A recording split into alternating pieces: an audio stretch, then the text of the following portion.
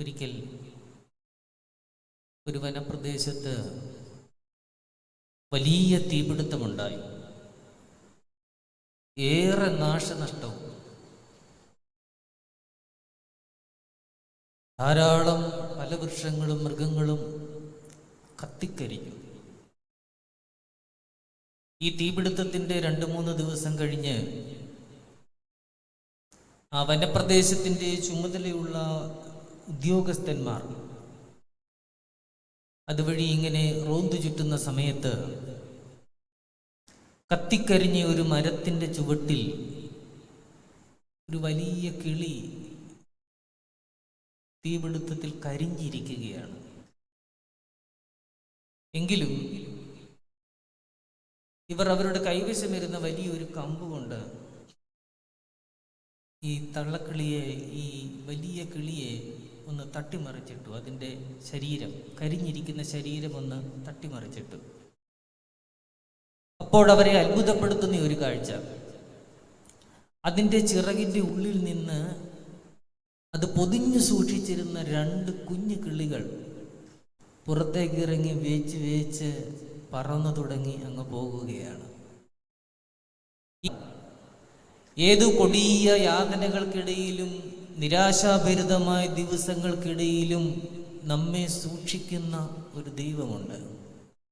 ആ ദൈവത്തിൻ്റെ ചിറകടിയിലാണ് നാം എന്ന വലിയ സന്ദേശമാണ് ഈ സഭാജീവിതവും ശ്രേഷ്ഠമായ ഈ നോമ്പും ഒക്കെ നമുക്ക് നൽകുന്നത്. തീർന്നു പോകാത്ത ഒരു പ്രത്യാശ.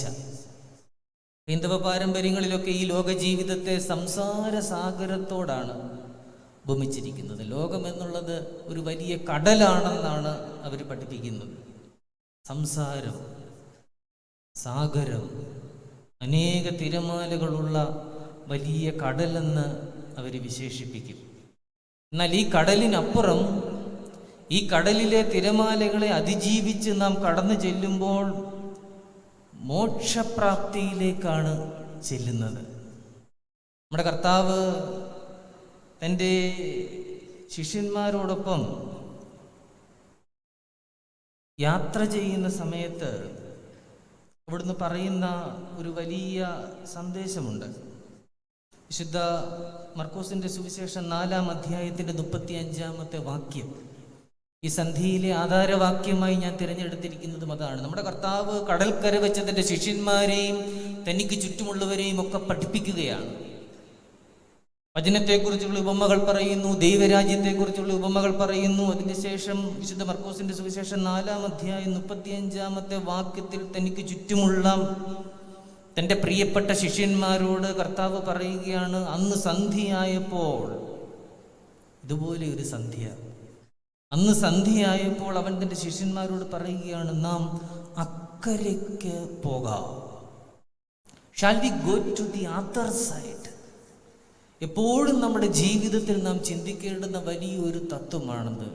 Let us go to the other side. നിരാശകളിൽ, ഒറ്റപ്പെടലുകളിൽ, ജീവിതത്തിൻ്റെ കണ്ണുനീരുകളിൽ നാം ഇരിക്കുന്ന സമയത്ത് ആ അന്തരീക്ഷത്തിൽ നിന്ന് മറുകരയിലേക്ക് ഒന്ന് യാത്ര ചെയ്യുവാനുള്ള താല്പര്യം. സങ്കീർത്തനക്കാരൻ പാടുന്നുണ്ടല്ലോ, പ്രാവിനുള്ളതുപോലെ എനിക്ക് ചിറകുകളുണ്ടായിരുന്നു, ഞാൻ പറന്നുപോയി വിശ്രമിക്കുമായിരുന്നു. മനുഷ്യൻ എപ്പോഴും ആഗ്രഹിക്കുന്ന ഒരു കാര്യമാണ്, അവന് 2 ചിറകുകൾ ഉണ്ടായിരുന്നെങ്കിൽ. ഇവിടെ കർത്താവ് തൻ്റെ ശിഷ്യന്മാരോട് പറയുകയാണ്, നമുക്ക് അക്കരയ്ക്ക് പോകാം. ശിഷ്യന്മാരോടൊപ്പം യാത്ര ചെയ്യുന്നു. കൊടിയ കാറ്റടിക്കുന്നു. ശിഷ്യന്മാർ ഭയവിഹുലരാകുന്നു. ആ സമയത്ത് അവൻ എന്ത് ചെയ്യുകയാണ്? നമുക്കറിയാം, അവൻ പടകിൽ തലയിണ വെച്ച് ഉറങ്ങുകയാണ്. സുവിശേഷത്തിൽ പലപ്പോഴും ഈ പടക് കടന്നു വരുന്നുണ്ട്, ബോട്ട്. ഈ പടക് എന്നതിനെ പിതാക്കന്മാർ വ്യാഖ്യാനിക്കുന്നത് അത് സഭ തന്നെയാണെന്നാണ്. അവൻ പടവിലേക്ക് പ്രവേശിച്ച് പഠിപ്പിക്കാനിരിക്കുമ്പോൾ സഭയിലേക്ക് പ്രവേശിച്ച് പഠിപ്പിക്കാനിരിക്കുന്നു എന്ന് പിതാക്കന്മാർ വ്യാഖ്യാനിക്കും. പടക് ഉലയുമ്പോൾ സഭ ഉലയുന്നു എന്ന് പിതാക്കന്മാർ വ്യാഖ്യാനിക്കും. ചിലപ്പോൾ അങ്ങനെയുള്ള നിമിഷങ്ങളിലൂടെയും നമ്മൾ കടന്നു പോകും. പക്ഷേ അപ്പോഴും ഈ പടകിൻ്റെ അമരത്ത് തലയിണ വെച്ച് ഉറങ്ങുന്ന, ജാഗ്രതയോടുകൂടി ഉറങ്ങുന്ന ഒരു ദൈവം നമുക്കുണ്ട്. നിങ്ങൾ ഭയപ്പെടുവാൻ എന്ത് എന്ന് എന്ന് ശിഷ്യന്മാരോട് ചോദിക്കുന്നു. കാറ്റിനെ ശാസിക്കുന്നു, കാറ്റമർന്നു, വലിയ ശാന്തതയുണ്ടായി.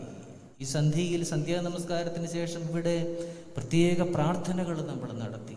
എന്തിനു വേണ്ടിയാണ് ആ പ്രാർത്ഥന? വലിയ ശാന്തതയ്ക്ക് വേണ്ടിയാണ് ആ പ്രാർത്ഥന. അതുകൊണ്ട് നമ്മുടെ ഈ സഭാജീവിതത്തെയും വിശുദ്ധ വേദപുസ്തക പഠനത്തെയും നോമ്പുപവാസങ്ങളെയും ആരാധനയും എല്ലാം ഈ അക്കരയ്ക്കുള്ള ഒരു യാത്രയായിട്ട് നാം കണക്കാക്കണം.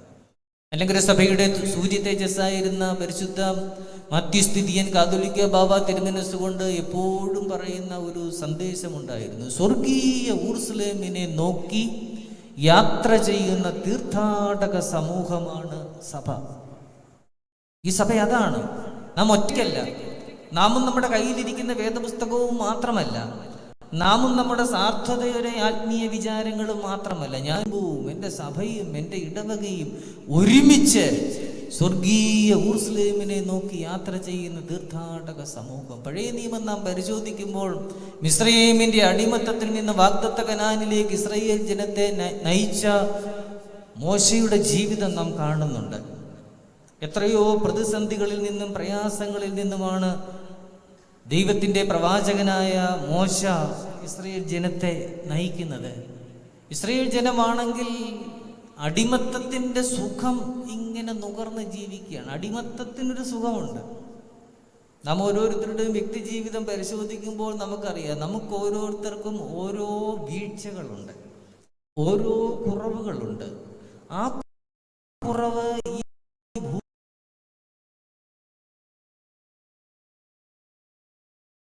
ഭൂമിയിൽ ഏറ്റവും ഭംഗിയായി അറിയാവുന്ന ആളാണ്, ഒരേ ഒരാളാണ് നാം. മുകളിൽ സ്വർഗത്തിൽ ദൈവത്തിനറിയാം. ഈ ഭൂമിയിൽ നമ്മുടെ കുമ്പസാര പിതാവിനേക്കാൾ, നമ്മുടെ നയിക്കുന്ന ശ്രേഷ്ഠരേക്കാൾ, നമ്മുടെ പ്രിയപ്പെട്ടവളേക്കാൾ, പ്രിയപ്പെട്ടവനേക്കാൾ ആ ഏറ്റവും വലിയ കുറവറിയാവുന്നവർ നമ്മളാണ്. അത് അടിമത്തമാണെന്ന് നമുക്കറിയാം, അതൊരു കുറവാണെന്നറിയാം. പക്ഷെ ആ കുറവിൽ അഭിരമിക്കുന്ന ഒരു സ്വഭാവമുണ്ട്. We have our own obsessions. ഓരോരുത്തർക്കും. ഹെരോദ രാജാവിനൊരു ഒബ്സഷൻ ഉണ്ടായിരുന്നു, ഹേരോദ്യായിരുന്നു. യോഹന്നാൻ സ്നാപകൻ ആ ഒബ്സഷനെ ചോദ്യം ചെയ്തു കഴിഞ്ഞപ്പോൾ സ്നാപകന്റെ തല പോയി. അതുകൊണ്ട് ഒബ്സഷനെ വളരെ സൂക്ഷ്മതയോടുകൂടിയാണ് നാം ഓരോരുത്തരും താലോലിക്കുകയും കൈകാര്യം ചെയ്യുകയും ചെയ്യുന്നത്. ഇസ്രയേലിനും ഒരു സമൂഹം എന്ന നിലയിൽ ഫറവോന്റെ അടിമത്തത്തിൽ ഒരു സുഖമുണ്ടായിരുന്നു. ഇസ്രയേൽ അവിടെ പൈശാചികതയുടെ വലിയ പ്രതീകമായിട്ട് നിൽക്കുകയാണ്, ലൗകികതയുടെ പ്രതീകമായിട്ട് നിൽക്കുകയാണ്. അവരെ ഒരു വിധത്തിൽ പറഞ്ഞ് തിരിപ്പിച്ച് മരുഭൂമിയിലൂടെ കനാനിലേക്ക് കൊണ്ടുപോകുമ്പോൾ മോശയോട് മിസ്രയീമിൽ നിന്ന് പുറപ്പെട്ട ഇസ്രായേൽ മക്കൾ പിറുപിറുക്കുകയാണ്, ഈ മരുഭൂമിയിൽ നീ എവിടേക്ക് ഞങ്ങളെ കൊണ്ടുപോകുന്നു? ഞങ്ങളെ കൊല്ലുവാനായിട്ട് കൊണ്ടുപോവുകയാണോ? നെഞ്ചിൽ തട്ടുന്ന ഒരു വാചകം അവർ മോശയോട് പറയുന്നുണ്ട്, ഫറവോന്റെ കൊട്ടാരത്തിലെ ഇറച്ചിക്കറിക്ക് എന്ത് രുചിയായിരുന്നുവെന്നോ. ഈ നോമ്പ് തുടങ്ങി 1-ാം ദിവസം പലപ്പോഴും ചിന്തിക്കുന്ന ഒരു കാര്യമാണ്, ഫറവോന്റെ കൊട്ടാരത്തിലെ ഇറച്ചിക്കറിക്ക് എന്ത് രുചിയായിരുന്നെന്നോ. ഈ മരുഭൂമിയിലൂടെ ഇനി എത്ര ദൂരം നമുക്ക് മുമ്പോട്ട് പോകാനുണ്ട്? അവിടെയാണ് മോശ ദൈവസന്നിധിയിൽ എഴുന്നേറ്റ് നിൽക്കുന്നത്. അവിടെ ദൈവം മോശയെ വിളിക്കുന്നതിന് സമയത്ത്, ജനത്തെ നയിക്കുന്നതിന് മുമ്പായി മോശയെ വിളിക്കുന്ന സമയത്ത് യഹോവയാം ദൈവം മോശയോട് പറയുന്ന ഒരു വാക്യമുണ്ട്. പുറപ്പാട് പുസ്തകം 3-ാം അധ്യായം അതിൻ്റെ 5-ാമത്തെ വാക്യമാണത്. മോശ മരുഭൂമിയിൽ ആടുകളെ മേയിച്ചുകൊണ്ടിരിക്കുന്നു, മുൾപ്പടർപ്പിൽ അഗ്നി കാണുന്നു. നമുക്കെല്ലാവർക്കും അറിയാവുന്ന സംഭവം, അതുകൊണ്ട് വിശദീകരണമില്ല. ആ തീക്കടുത്തേക്ക് ചെല്ലുന്നു. അപ്പോൾ യഹോവയാം ദൈവം മോശയോട് പറയുകയാണ്, നീ നിൽക്കുന്ന സ്ഥലം വിശുദ്ധമാകയാൽ കാലിൽ നിന്ന് ചെരുപ്പ് അഴിച്ചു കളയുക. Lose the shoe from your feet. ഒരു വിശ്വാസി എന്ന നിലയിൽ ദൈവസന്നിധിയിലേക്ക് അടുക്കുമ്പോൾ നാം ഏറ്റവും ശ്രദ്ധിക്കേണ്ട കാര്യമാണ് നമ്മുടെ കാലിലെ തുകൽച്ചെരുപ്പിൻ്റെ ആവരണം. തുകലെന്ന് പറയുന്നത് ലോകമാണ്, ലൗകികമായ ആഭിമുഖ്യങ്ങളാണ്. ഹെറോദേസ് എന്ന വാക്കിൻ്റെ അർത്ഥവും തോലുകൊണ്ടുണ്ടാക്കിയത് എന്നാണ്. തോലുകൊണ്ടുണ്ടാക്കിയത്. കർത്താവ് ഹെറോദേസിനെ വിളിക്കുന്നത് കുറുക്കൻ എന്നാണ്. അപ്പോൾ ഹെറോദേസ് എന്ന വാക്കിൻ്റെ അർത്ഥം തോലുകൊണ്ടുണ്ടാക്കിയത് എന്നതുപോലെ തന്നെ ഹെറോദേസിൻ്റെ ആഭിമുഖ്യങ്ങളും തോലിനോടായിരുന്നു. അപ്പോൾ ആരാധനയ്ക്കായി, വിശ്വാസ ജീവിതത്തിനായി, നോമ്പിനായി, പ്രാർത്ഥനയ്ക്കായി, നമ്മുടെ കർത്താവിൻ്റെ തിരുശരീര രക്തങ്ങളുടെ അനുഭവത്തിനായി ദൈവസന്നിധിയിലേക്ക് നാം കടന്നു വരുമ്പോൾ ദൈവം നമ്മോട് പറയുന്ന ഏറ്റവും പ്രധാനപ്പെട്ട കാര്യം ഇതാണ്: നിന്റെ കാലിൽ നിന്ന് ചെരുപ്പ് അഴിച്ചു കളയുക. നീ നിൽക്കുന്ന സ്ഥലം വിശുദ്ധ ഭൂമിയാകുന്നു. എന്താണ് നമ്മുടെ കാലിലെ ചെരുപ്പ്? അത് നമ്മുടെ കഴിഞ്ഞകാല ജീവിതത്തിൻ്റെ ഒരു വലിയ പ്രതീകമാണ്. 3-ാം അധ്യായം തുടങ്ങുമ്പോൾ നമ്മൾ കാണുന്നുണ്ട്, മോശ തൻ്റെ അമ്മായിപ്പനായ യിത്രോവിൻ്റെ ആടുകളെ മേയിച്ചു കൊണ്ടിരിക്കുകയാണ്. യിത്രോവ് മിദ്യാനിലെ പുരോഹിതനാണ്. മിദ്യാനിലെ പുരോഹിതനായ യിത്രോവ് വിജാതീയനാണ്. സത്യദൈവമായ യഹോവയെ ആരാധിക്കുന്ന ഒരാളല്ല. മോശയുടെ അമ്മായിപ്പൻ സത്യദൈവമായ യഹോവയെ ആരാധിക്കുന്ന ഒരാളല്ല. അങ്ങനെ ഒരു കുടുംബത്തിൽ നിന്നല്ല മോശയ്ക്ക് വിവാഹ ജീവിതം ഉണ്ടായത്. എങ്കിലും മോശ എന്തു ചെയ്തു? യിത്രോവിൻ്റെ ആടുകളെ മേയിച്ചു കൊണ്ടിരിക്കെ അവയെ മരുഭൂമിക്കപ്പുറത്തേക്ക് കൊണ്ടുപോയി. യിത്രോവ് തൻ്റെ ആടുകളെ മേയിക്കാനായിട്ട് മോശയ്ക്ക് കൊടുത്തിരിക്കുന്ന ചില പ്രദേശങ്ങളുണ്ട്. അത് യിത്രോവിനറിയാം, മോശയ്ക്കും അറിയാം. പക്ഷെ സത്യദൈവത്തെ ആരാധിക്കുന്ന ഒരുവൻ തൻ്റെ ആടുകളെ മരുഭൂമിക്കപ്പുറം ദൈവപർവ്വതമായ ഹോറേബ് വരെ കൊണ്ടുചെന്നു എന്നാണ്. Beyond the wilderness. കുടുംബത്തെ നയിക്കുന്ന ഒരു മാതാവ് എന്ന നിലയിൽ, പിതാവ് എന്ന നിലയിൽ ദൈവം നമ്മെ ഏൽപ്പിച്ചിരിക്കുന്ന ആട്ടിൻപറ്റമായ നമ്മുടെ കുഞ്ഞുങ്ങളെ, നമ്മുടെ സഹോദരങ്ങളെ, ബന്ധുമിത്രാദികളെ, ഇടവക ജനങ്ങളെ മരുഭൂമിക്കപ്പുറമായ ദൈവപർവ്വതമായ ഹോറേബ് വരെ കൊണ്ടു ചെല്ലാൻ നമുക്ക് സാധിക്കുന്നുണ്ടോ എന്നുള്ളതൊരു പ്രധാന ചോദ്യമാണ്. അങ്ങനെ സാഹസ ബുദ്ധി കാണിക്കുന്നവരോടാണ് ദൈവത്തിന് പിന്നെയും സംസാരിക്കാനുള്ളത്.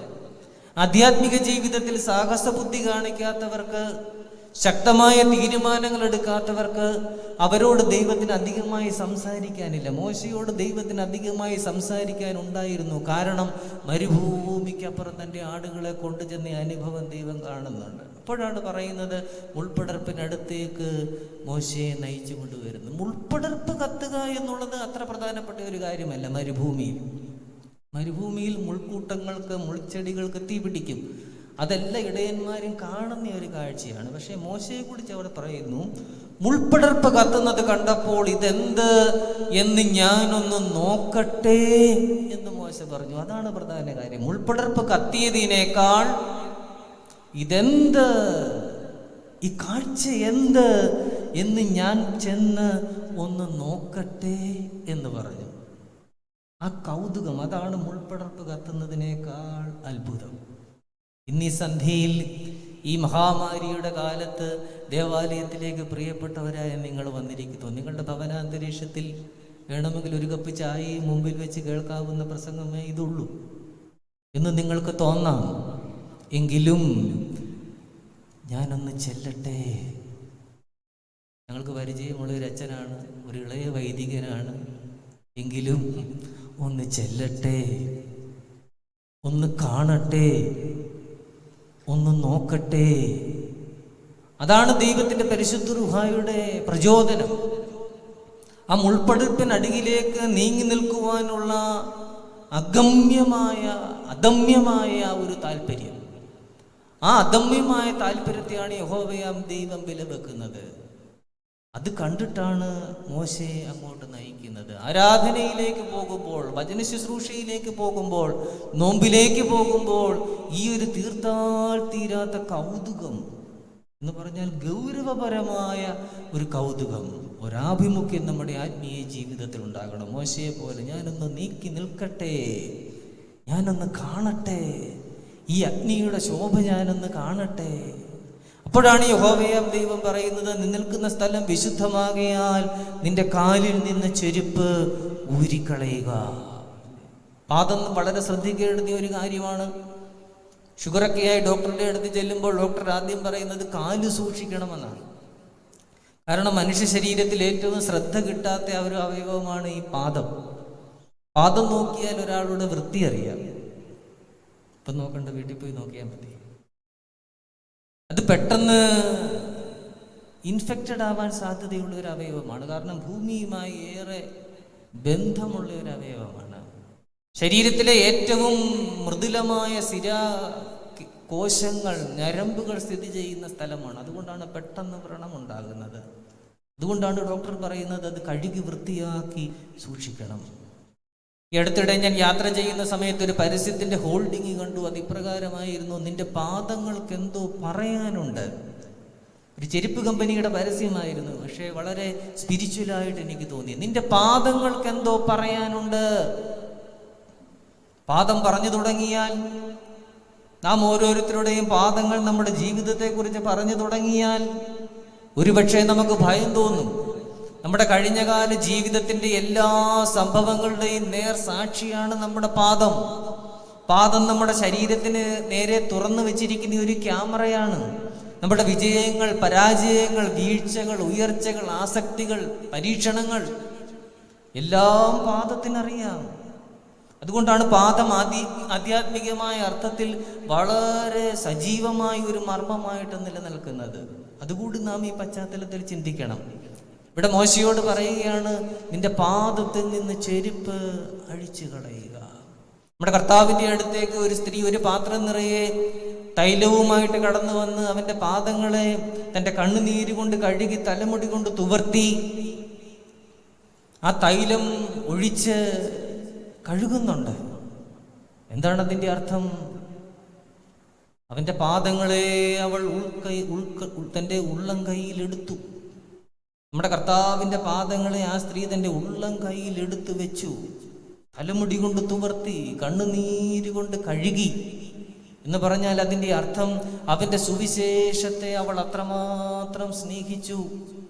അവന്റെ നിലപാടുകളെ അവൾ അത്രമാത്രം സ്നേഹിച്ചു. ഒരു ക്രിസ്ത്യാനി എന്ന നിലയിൽ അവന്റെ പാദങ്ങളെ നമ്മുടെ ഉള്ളം കയ്യിലെടുത്ത് വെക്കാൻ നമുക്ക് സാധിക്കുന്നുണ്ടോ എന്നുള്ളത് വളരെ പ്രധാനപ്പെട്ട ഒരു ചോദ്യമാണ്. നിന്റെ പാദങ്ങൾക്ക് എന്തോ പറയാനുണ്ട്. ശിഷ്യന്മാരുടെ ഇടയിൽ വലിയ തർക്കമുണ്ടാവുകയാണ്. എന്താണ് തർക്കം? ആരാണ് വലിയവൻ? നമ്മുടെ കുടുംബത്തിലുണ്ടാകുന്ന ഒരു വലിയ തർക്കമാണത്. ആരാണ് വലിയവൻ? സഭാമേഖലകളിൽ ഉണ്ടാകുന്ന വലിയ തർക്കമാണ്. ആരാണ് വലിയവൻ? ഇടവകയിൽ ഉണ്ടാകുന്ന തർക്കമാണ്. എപ്പോഴും എവിടെയും ഉണ്ടാകാൻ സാധ്യതയുള്ള ഒരു തർക്കമാണ്. പക്ഷെ ആ തർക്കത്തെ മറുതർക്കം കൊണ്ടോ മറുവാദഗതികൾ കൊണ്ടോ അല്ല നമ്മുടെ കർത്താവ് അതിജീവിക്കുന്നത്. എന്താണ്? അവിടുന്ന് തൻ്റെ ഇരിപ്പിടത്തിൽ നിന്ന് എഴുന്നേറ്റ് തുവാലെ അരയിൽ ചുറ്റി തൻ്റെ ശിഷ്യന്മാരുടെ പാദങ്ങൾ ഉള്ളം കൈയിലെടുത്ത് കഴുകാൻ തുടങ്ങി. അവിടെയും പാദം വരികയാണ്. ഈ നോമ്പിൽ നാം പ്രാർത്ഥിക്കേണ്ടത് അതാണ്. ദൈവമേ, എൻ്റെ ഹൃദയത്തിൻ്റെ പാദങ്ങളെ നീ ഒന്ന് കഴുകണമേ, ഒന്ന് ശുദ്ധീകരിക്കണമേ. എൻ്റെ ഹൃദയമെന്ന് പറയുന്നത് എൻ്റെ പാദമാണ്, ഞാൻ നടക്കുന്ന വഴികളാണ്. അതിനെ നീ കഴുകി ഒന്ന് ശുദ്ധീകരിക്കണമേ. അങ്ങനെ ആ വലിയ തർക്കത്തെ അവരുടെ കാലുകളെ കഴുകിക്കൊണ്ട് അവിടുന്ന് ഇല്ലായ്മ ചെയ്യുകയാണ്. ഒരു സ്വർണ്ണവേട്ടക്കാരൻ തൻ്റെ കയ്യിൽ കിട്ടിയ സ്വർണ്ണക്കഷണം അതിലെ ചെളികൾ ഉരച്ചു മാറ്റുന്ന സൂക്ഷ്മതയോടുകൂടി തൻ്റെ ശിഷ്യന്മാരുടെ പാദങ്ങൾ അവിടുന്ന് കഴുകുകയാണ്. എന്ത് വലിയ സന്തോഷമായിരിക്കും ഒരു സ്വർണ്ണവേട്ടക്കാരൻ്റെ കയ്യിൽ ഒരു ചെറിയ സ്വർണ്ണക്കഷണം കിട്ടിയാൽ. എത്ര നാളുകൾ തിരയുമ്പോഴാണ് ഒരു സ്വർണ്ണക്കഷണം കിട്ടുന്നത്. ഒരിക്കൽ അമേരിക്കയിൽ ഒരു കടൽ തീരത്ത് നിൽക്കുന്ന സമയത്ത് അവിടുത്തെ സായിപ്പുമാരൊക്കെ ഇങ്ങനെ തീരത്ത് കൂടി അവരുടെ കയ്യിൽ ഒരു വടിയുണ്ട്. ആ വടിയുടെ അറ്റത്ത് ഒരു ലെൻസ് ഉണ്ട്. എല്ലാവരും തിരയുകയാണ്. അപ്പോൾ ചോദിച്ചു, എന്താണ് ഇവർ അന്വേഷിക്കുന്നത്? അപ്പോൾ അവിടെ നിന്ന് വേറൊരാൾ പറഞ്ഞു, അവർ നിധി തിരയുകയാണ്. കടൽ തീരത്ത് നിധി തിരയുകയാണ്. എല്ലാവരും സന്ധ്യയാകുമ്പോൾ വന്ന് നിധി തിരയുകയാണ്. എന്താണ് കാരണം? 100-200 വർഷങ്ങൾക്ക് മുമ്പ് ആ കടൽ തീരത്തിനപ്പുറം അതുവഴി പോയ ഒരു സ്വർണം നിറച്ച കപ്പൽ മറിഞ്ഞു. അത് അകലെ എവിടെയോ കടലിൻ്റെ അഗാധതയിലുണ്ട്.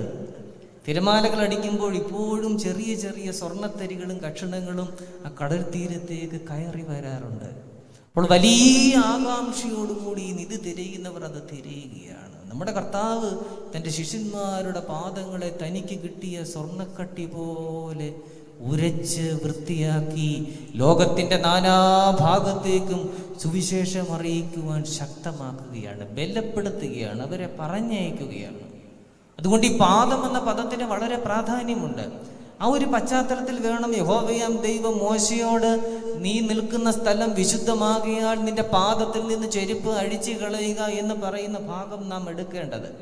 പ്രത്യേകിച്ച് ഈ നോമ്പിൻ്റെ പശ്ചാത്തലത്തിൽ ഒരു മനോഹരമായ പുരാതനമായ ആശ്രമ ദേവാലയത്തിൻ്റെ ഉള്ളിലേക്ക് നമ്മൾ പ്രവേശിക്കുന്ന ഭക്തിയോടുകൂടി ഒരുക്കത്തോടുകൂടി ഈ നോമ്പിലേക്ക് നമ്മൾ പ്രവേശിച്ചിരിക്കുകയാണ്.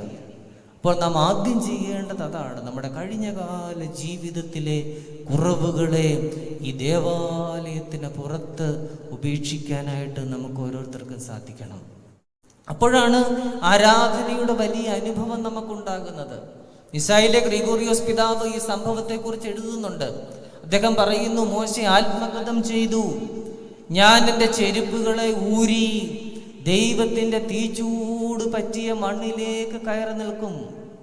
പുറപ്പാട് പുസ്തകത്തിൽ അത് പറയുന്നില്ല, അങ്ങനെ ഒരു സംഭവം പറയുന്നില്ല. പക്ഷേ നിസായിലെ ഗ്രിഗോറിയോസ് പിതാവ് അതിനെ വ്യാഖ്യാനം ചെയ്യുകയാണ്. പിതാക്കന്മാർ വേദപുസ്തകത്തെ വ്യാഖ്യാനിക്കും ധ്യാനപൂർവ്വം, അതും വേദതുല്യമാണ്. സഭ ആ പിതാക്കന്മാരുടെ പഠിപ്പിക്കലുകൾക്കും ഏറെ പ്രാധാന്യം നൽകുന്നുണ്ട്. ഞാൻ എൻ്റെ പാദുകങ്ങളെ ഊരി ദൈവത്തിൻ്റെ തീച്ചൂട് പറ്റിയ മണ്ണിലേക്ക് കയറി നിൽക്കും. അപ്പോൾ എന്തിനാണ് നമ്മുടെ കാലിലെ ചെരുപ്പ് നമ്മൾ ഊരുന്നത്? ദൈവത്തിൻ്റെ തീച്ചൂട് പറ്റിയ മണ്ണിലേക്ക് കയറി നിൽക്കുവാനാണ്. ഈ ദേവാലയത്തിൻ്റെ ഉള്ളിൽ ദൈവത്തിൻ്റെ തീച്ചൂട് പറ്റിയ മണ്ണാണ്. ആ ചൂട് നമ്മുടെ ഉള്ളങ്കാല് കൊണ്ട് അറിയണം. അതുകൊണ്ടാണ് ദേവാലയത്തിൻ്റെ ഉള്ളിലേക്ക് പ്രവേശിക്കുമ്പോൾ നമ്മുടെ ചെരുപ്പുകളെ നമ്മൾ പുറത്തിടുന്നത്. നമ്മുടെ ചെരുപ്പുകളെ നാം പുറത്തിടുക എന്ന് പറഞ്ഞാൽ നമ്മുടെ ലോക ജീവിതത്തിൻ്റെ ആഭിമുഖ്യങ്ങളെയും താല്പര്യങ്ങളെയും നാം പുറത്തിടുന്നു എന്നാണ്. അതിനുശേഷമാണ് ദേവാലയത്തിൻ്റെ വളഞ്ഞ വാതിലിനുള്ളിലൂടെ നാം അകത്തേക്ക് പ്രവേശിക്കുന്നത്. പുരാതനമായ ദേവാലയങ്ങൾക്കെല്ലാം വളഞ്ഞ വാതിലാണ്. എന്താണ് ഈ വളഞ്ഞ വാതിലിൻ്റെ അർത്ഥം? ദേവാലയത്തിൻ്റെ വളഞ്ഞ വാതിൽ അമ്മയും കുഞ്ഞിനെയും സൂചിപ്പിക്കുന്നു. ആരാണ് അമ്മയും കുഞ്ഞും? വിശുദ്ധ മറിയാമും യേശു കുഞ്ഞും. ഒരു അമ്മയുടെ മടിയിൽ കുഞ്ഞിരിക്കുന്ന ആ രൂപത്തിന് ചുറ്റും നാം ഒരു വര വരയ്ക്കുകയാണെങ്കിൽ അത് വളഞ്ഞിരിക്കും. ആ വളവാണ് ഈ ദേവാലയത്തിൻ്റെ വളവ്. അപ്പോൾ അമ്മയിലൂടെയും കുഞ്ഞിലൂടെയും ആരാധനയിലേക്ക് പ്രവേശിക്കുകയാണ്. ദേവാലയത്തിനുള്ളിലേക്ക് പ്രവേശിക്കുമ്പോൾ ഇവിടെ കത്തിക്കൊണ്ടിരിക്കുന്ന തിരുനാളത്തിനൊരു വലിയ സന്ദേശം നമുക്ക് പകർന്നു നൽകാനുണ്ട്. ധൂപക്കുറ്റിയിലേക്ക് സമർപ്പിക്കുന്ന ഒരു നുള്ളു കുന്തിരിക്കത്തിന് ഒരു സന്ദേശം പകർന്നു നൽകാനുണ്ട്. ഈ തിരശീലയ്ക്ക് ഒരു സന്ദേശം പകർന്നു നൽകാനുണ്ട്. വിശുദ്ധ ത്രോണോസിന് ഒരു സന്ദേശം പകർന്നു നൽകാനുണ്ട്. ത്രോണോസിനെ കുറിച്ച് പിതാക്കന്മാർ പറയുന്നത് വിശുദ്ധ ത്രോണോസ് ഒരു തേരിൻ്റെ ആകൃതിയിൽ രൂപകൽപ്പന ചെയ്തിരിക്കുന്നു എന്നാണ്. സൂക്ഷിച്ചു നോക്കിയാൽ നമുക്ക് മനസ്സിലാകും. അതൊരു തേരിൻ്റെ മുൻഭാഗം പോലെയാണ്. അതിന് അനേക തട്ടുകളും ചെറുതട്ടുകളുമുണ്ട്. ആ തേരിൻ്റെ മധ്യഭാഗത്തായിട്ട്, രാജാവിൻ്റെ തേരിൻ്റെ മധ്യഭാഗത്തായിട്ട് ഒരു കൊടിയടയാളം കാണും, മഹാരാജാവിൻ്റെ കൊടിയടയാളം. വിശുദ്ധ ത്രോണോസ് ആകുന്ന തേരിൻ്റെ മധ്യഭാഗത്ത് നമ്മുടെ കർത്താവിൻ്റെ ജയകരമായ ശ്ലീബായാകുന്ന കൊടിയടയാളം വയ്ക്കപ്പെട്ടിരിക്കുന്നു. അപ്പോഴാണ് പുരോഹിതൻ കടന്നു വരുന്നത്. പുരോഹിതൻ ആരാണ്? പുരോഹിതൻ ഒരു മീഡിയേറ്ററാണ്, മധ്യസ്ഥനാണ്. പുരോഹിതൻ തൻ്റെ കൈകൾ ഉയർത്തിയാണ് ഏറെ സമയവും ആരാധിക്കുന്നത്. പുരോഹിതൻ കൈകൾ ഉയർത്തി പറയും, ഈ നാഴികയിൽ നാം എല്ലാവരുടെയും ബോധങ്ങളും വിചാരങ്ങളും ഹൃദയങ്ങളും ഉയരങ്ങളിൽ പിതാവാം ദൈവത്തിൻ്റെ വലതുഭാഗത്ത് മശിഹാ തമ്പുരാൻ ഇരിക്കുന്ന മഹോന്നതങ്ങളിൽ ആയിരിക്കണം. അപ്പോൾ നാം മറുപടി പറയും, ഈ നാഴികയിൽ നാം എല്ലാവരുടെയും ബോധങ്ങളും വിചാരങ്ങളും.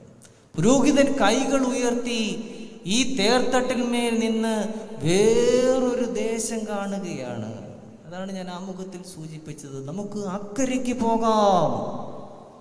പുരോഹിതൻ ഇക്കരെ നിന്നുകൊണ്ട്, ത്രോണോസാകുന്ന തേരിൻ്റെ തട്ടിന്മേൽ നിന്നുകൊണ്ട് വേറൊരു ദേശം കാണുകയാണ്. മോശെ അയച്ച ഒറ്റുകാരെ പോലെയാണ്. അവർ കനാനിൽ ചെന്നിട്ട് പറയുന്നില്ലേ സംഖ്യാപുസ്തകത്തിൽ, നീ ഞങ്ങളെ അയച്ച ദേശത്തേക്ക് ഞങ്ങൾ പോയി, അത് പാലും തേനും ഒഴുകുന്ന ദേശം തന്നെ എന്ന് മോശയോട് തിരികെ വന്ന് പറയുന്ന ഇസ്രയേലിൻ്റെ 12 പ്രഭുക്കന്മാരെ പോലെയാണ് ശുദ്ധിമാന്മാരും ശുദ്ധിമതികളും പുരോഹിതന്മാരും ഒക്കെ.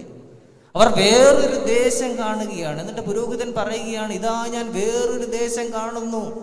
എൻ്റെ വിശ്വാസി സമൂഹമേ, നിങ്ങൾ എന്നോടൊപ്പം വരൂ, നമുക്കൊരു യാത്ര പോകാം. തേര് തയ്യാറായിരിക്കുന്നു. ആരാധന തുടങ്ങുകയാണ്. തേര് മുമ്പോട്ട് പോവുകയാണ്. ഇത് ജീവനുള്ള ഒരു അനുഭവമാണ്, ചലിക്കുന്ന ഒരു അനുഭവമാണ്.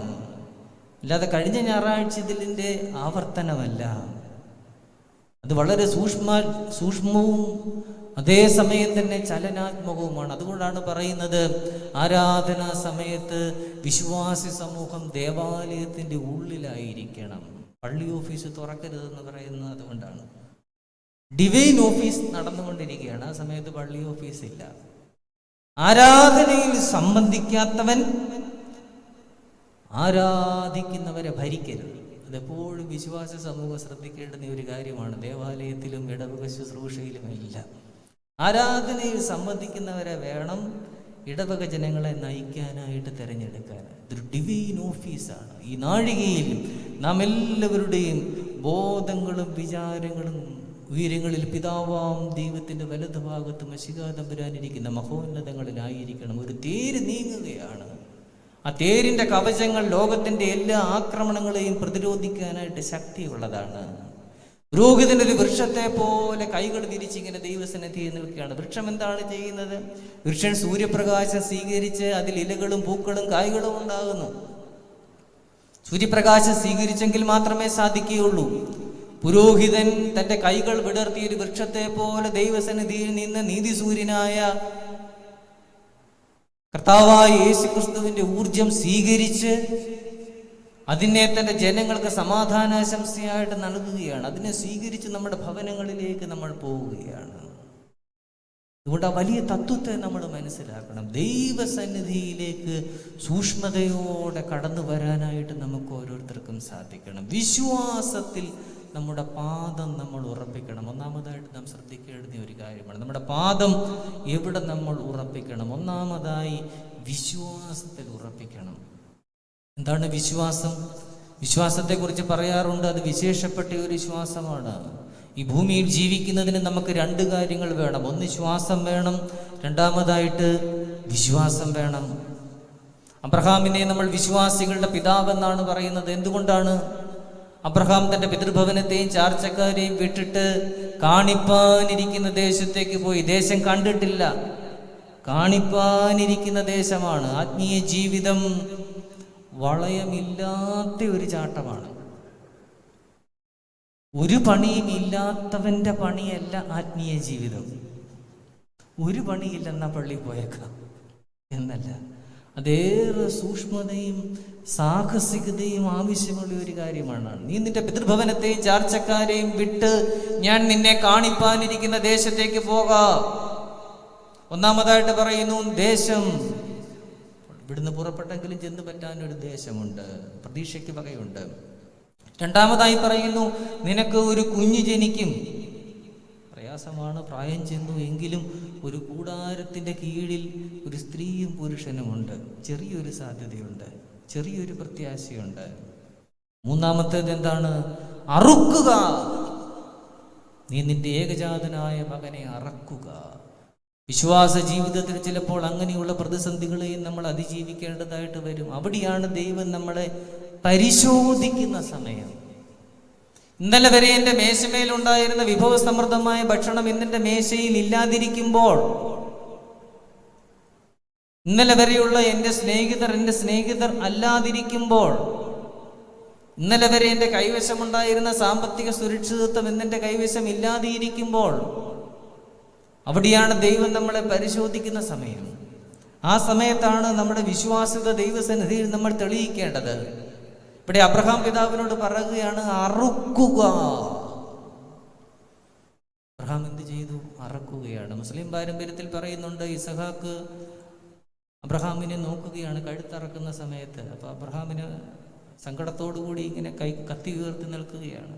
അപ്പോൾ ഇസഹാക്ക് അബ്രഹാമിനോട് പറയുകയാണ്, അങ്ങേക്കെൻ്റെ കണ്ണുകളിലേക്ക് നോക്കി കഴുത്തറക്കാൻ സാധിക്കുന്നില്ലെങ്കിൽ ഞാൻ കണ്ണ് അടച്ചു കിടക്കാം, അറുത്തുകൊള്ളുക. അതാണ് ഈ മുസ്ലിം പാരമ്പര്യത്തിൽ നമ്മൾ കാണുന്നത്. അറുക്ക് എൻ്റെ കഴുത്ത് എന്ന് അപ്പനെ ബലപ്പെടുത്തുന്ന മകൻ. വിശ്വാസത്തിൻ്റെ തീഷ്ണതയ്ക്ക് ഉണ്ടാകുന്ന വിശ്വാസത്തിൻ്റെ സന്തതി അങ്ങനെയാണ്. അപ്പോൾ അതാണ് അബ്രഹാമിൻ്റെ ജീവിതം. നാം പ്രാർത്ഥിക്കും, അബ്രഹാമിൻ്റെയും ഇസഹാക്കിൻ്റെയും യാക്കോബിൻ്റെയും മടിത്തട്ടിൽ ഞങ്ങളെ വസിപ്പിക്കണമേ. എന്താണ് ഈ മടിത്തട്ട്? അതെന്തൊരു മടിത്തട്ടായിരിക്കും? എത്ര പേരെ ഉൾക്കൊള്ളണം? ആ മടിത്തട്ട് ഈ നിലപാടാണ്. അതുകൊണ്ടാണ് എല്ലാ ഓർമ്മകളിലും ആ മടിത്തട്ടിനെ നമ്മൾ ഇങ്ങനെ പുകഴ്ത്തുന്നത്. അത് പിതൃഭവനത്തെയും ചാർച്ചക്കാരെയും വിട്ട് കാണിപ്പാനിരിക്കുന്ന ദേശത്തേക്ക് പോയ ഒരു നിലപാടാണ്. ആ വിശ്വാസ കൂടാരത്തിലേക്ക് ദൈവദൂതന്മാർ കടന്നു വരികയാണ്. സാറയോട് പറയുന്നു ഒരു കുഞ്ഞ് ജനിക്കും. അപ്പോൾ സാറ എന്ത് ചെയ്തു? സാറ ചിരിച്ചു. സാറ ഉടനെ ആമീൻ പറഞ്ഞില്ല, സാറ ചിരിച്ചു. ദൈവദൂതന്മാർ പറഞ്ഞു നീ ചിരിച്ചു. അപ്പോൾ സാറ പറഞ്ഞു ഞാൻ ചിരിച്ചില്ല. അപ്പോൾ ദൈവദൂതന്മാർ പറയുകയാണ് യെസ് യു ഡിഡ് ലവ്. നമ്മളോട് ഓരോരുത്തരും ദൈവദൂതൻ പറയുന്ന ഒരു വാക്യമായിട്ട് കൂടി നാം അത് കാണണം. ജീവിതത്തിന്റെ നിർണായക നിമിഷങ്ങളിൽ എല്ലാ പ്രതീക്ഷയും അറ്റുപോകുമ്പോൾ, കിളിക്കൂട്ടിൽ നിന്നും താഴെ വീണുപോയ ഒരു കുഞ്ഞുകിളി കണക്ക് വിറച്ചു പോകുമ്പോൾ, ചിലപ്പോൾ നമ്മളും നമ്മുടെ ചുണ്ടുകൂട്ടിയൊക്കെ ഒന്ന് ചിരിക്കാറുണ്ട്. അപ്പോൾ അവൻ നമ്മോട് പറയും യെസ് യു ഡിഡ് ലവ്. നീ ചിരിച്ചത് ഞങ്ങൾ കേട്ടു. മറുപടി എന്താണ്? ശിക്ഷയല്ല.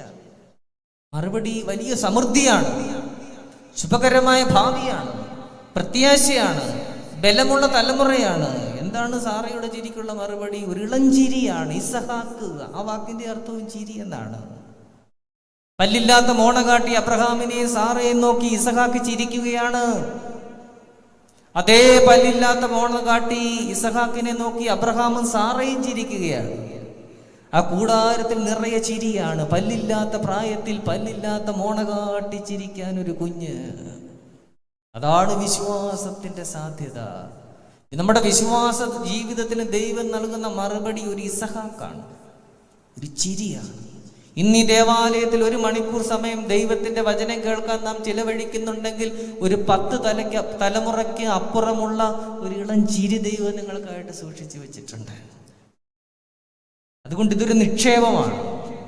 ഈ സമയം ഒരിക്കലും നഷ്ടമല്ല. പണം ഒരുപക്ഷെ നമുക്ക് സംഭാവന ചെയ്യാം, പക്ഷെ ജീവിതത്തിന്റെ ഒരു ചീന്ത് കീറി ആരാധനയ്ക്കായിട്ട് ദൈവസന്നിധിയിൽ വെക്കുന്നത്, ജീവിതത്തിന്റെ ഒരു ചീന്ത് കീറിയെടുത്ത് ദൈവവചനം കേൾക്കാനായിട്ട് ദൈവസന്നിധിയിൽ വെക്കുന്നത്, ജീവിതത്തിന്റെ ഒരു ഏട് കീറിയിട്ട് ഒരു ഉച്ചവരെ ഉപവസിക്കുന്നത് ദൈവസന്നിധിയിൽ വലിയ നിക്ഷേപമാണ്. ആ നിക്ഷേപം ഇരട്ടിയായി തലമുറകളിലേക്ക് പ്രസരിക്കുകയും വ്യാപരിക്കുകയും ചെയ്യും. ഇസഹാക്കിന്റെ ജീവിതം അതാണ് നമ്മളെ പഠിപ്പിക്കുന്നത്. ഏത് പ്രതിസന്ധികളിലും പ്രയാസങ്ങളിലും ആ വിശ്വാസ ജീവിതത്തിന്റെ സൂക്ഷിപ്പ് നമുക്ക് വലിയ ശക്തിയാണ്. രാജാക്കന്മാരുടെ 1-ാം പുസ്തകം 17-ാം അധ്യായം 13-ാമത്തെ വാക്യത്തിൽ 2-ാമത്തെ ചിന്തയുടെ ഒരു അംശം കിടപ്പുണ്ട്. അത് നമ്മുടെ പാദങ്ങൾ ആരാധനയ്ക്കായിട്ട് നമ്മൾ ഒരുക്കണമെന്നുള്ളതാണ്. വിശുദ്ധ കുർബാനാനുഭവത്തിനായിട്ട് നമ്മൾ ഒരുക്കണമെന്നുള്ളതാണ്. വിശുദ്ധ കുർബാനാനുഭവത്തിന്റെ ഒരു മുൻകുറി രാജാക്കന്മാരുടെ 1-ാം പുസ്തകം 17-ാം അധ്യായത്തിന്റെ 13-ാമത്തെ വാക്യത്തിൽ നമ്മൾ കാണുന്നുണ്ട്. രാജാക്കന്മാരുടെ 1-ാമത്തെ പുസ്തകം 17-ാം അധ്യായത്തിലാണ് നമ്മൾ ഏലിയാവിനെ കുറിച്ച് ആദ്യം കാണുന്നത്. തിശ്ബിയിൽ നിന്ന് ഏലിയാവ് പുറപ്പെട്ടു വന്നു എന്നാണ് കാണുന്നത്. അവിടെ കാണുന്നു ആഹാബ് രാജാവും ഇസബേൽ രാജ്ഞിയും കൂടി നിലം തൊടാതെ ഏലിയാവിനെ പായിക്കുകയാണ്. കെരീത്ത് തോട്ടിലെ വെള്ളം വറ്റി, കാക്ക അട കൊടുക്കുന്നത് നിർത്തി. ഈ കാലത്തെ നമുക്ക് ആ കാലത്തോട് ഉപമിക്കാം. നാം പ്രതീക്ഷിച്ചിരുന്ന നീരുറവുകളൊക്കെ വറ്റുകയാണ്. അപ്പം തരുന്ന കാക്കകൾ കുറഞ്ഞു വരുന്നു. തൻ്റെ സങ്കേതത്തിൽ നിന്നും പുകച്ച് പുറത്തു ചാടിക്കുകയാണ്. അവിടെ നിന്ന് ഓടിച്ചെന്നപ്പോൾ കാണുന്നു വഴിയരികെ സരാഫാത്തിൽ ഒരു അമ്മ നിന്ന് വിറക് പിറക്കുന്നു. വേദപുസ്തകം അവരെ വിധവയെന്ന് വിളിക്കുന്നു, പക്ഷെ ഒരമ്മ കൂടിയാണ്, ഒരു കുഞ്ഞിൻ്റെ അമ്മ കൂടിയാണ്. ആ സ്ത്രീയുടെ അടുത്തേക്ക് ചെന്നിട്ട് ഏലിയാവ് ദൈവപുരുഷൻ ചോദിക്കുകയാണ്, എനിക്ക് കുടിക്കുവാൻ വെള്ളം തരുമോ? ഒരു സൗഹൃദം ആരംഭിക്കുന്നത് അങ്ങനെയാണ്, ഒരു ഗ്ലാസ് വെള്ളത്തിലൂടെയാണ്. സുവിശേഷത്തിൽ നമ്മൾ കാണുന്നുണ്ട്, ശമരിയാക്കാരി സ്ത്രീയുടെ അടുത്ത് ചെന്ന് ആദ്യം ചോദിക്കുന്നത് ഒരു ഗ്ലാസ് വെള്ളമാണ്. ഇതൊരു തുടക്കമാണ്. പിന്നീട് ഒരു 2 പേജ് തുടർച്ചയായ സംവാദമാണ്. വേദപുസ്തകത്തിൽ ഇത്രയും നേരം സംസാരിച്ചിരുന്ന വേറൊരാളില്ല സുവിശേഷത്തിൽ. വെള്ളം കുടിക്കാനിടയായില്ല, അത് വേറെ കാര്യം. ജനതകൾ വെള്ളം കുടിക്കുകയാണ്, അവർ നീരുറവ് കാണുകയാണ്. അവസാനം അവൾ പാത്രം വെച്ചിട്ട് ഓടിപ്പോയതിന് ശേഷം പറയുന്ന ഭാഗം, ഇതാ വയലുകൾ കൊയ്ത്തിനായി വിളഞ്ഞിരിക്കുന്നു എന്നാണ്. അവൻ വെള്ളം കുടിച്ചില്ല. ഇവിടെ പ്രവാചകൻ ഈ സ്ത്രീയോട് ചോദിക്കുകയാണ്, എനിക്ക് വെള്ളം തരുമോ? ആ ചോദ്യം ഒരു താക്കോലാണ്, അവളുടെ ഹൃദയത്തിലേക്ക് പ്രവേശിക്കുവാനുള്ള ഒരു ഉപാധിയാണ്. പ്രവാചകന്മാരുടെ ഒരു രീതിയാണത്. വെള്ളമെടുക്കാൻ പോയി, വെള്ളം കിട്ടുന്നു എന്ന് കണ്ടപ്പോൾ പ്രവാചകൻ അടുത്ത താക്കോലെടുത്തു. അടുത്ത ചോദ്യം, ഒരടയും കൂടി കൊണ്ടുപോരണമേ. വീട്ടിലേക്ക് ഒരു ഭിക്ഷക്കാരൻ വന്നു, അമ്മ ഇച്ചിരി കഞ്ഞിവെള്ളം തരുമോ? ശരി, കൊടുത്തേക്കാം, നോമ്പൊക്കെ അല്ലേ. അകത്തോട്ട് കയറി കഴിഞ്ഞപ്പോൾ 2 വറ്റും കൂടി ഇട്ടേക്കണേ. എന്ന് പറയുന്നത് പോലെ അപ്പോൾ അവൾ തൻ്റെ ഹൃദയത്തിൻ്റെ കെട്ടഴിക്കുകയാണ്. ദൈവപുരുഷനോട് പറയുകയാണ്, ഇതാ ഞാൻ 2 വിറക് പെറുക്കുന്നു, ഞാനും എൻ്റെ മകനും കൂടി വിറക് കൊണ്ട് അടയുണ്ടാക്കി 2 അടയുണ്ടാക്കി തിന്നിട്ട് മരിപ്പാനിരിക്കുന്നു. ചാകാൻ പോകുകയാണ് മനുഷ്യ. അപ്പോഴാണ് നിങ്ങൾ എന്നോട് വെള്ളം ചോദിച്ചത്. പ്രവാചകൻ പതറുന്നില്ല.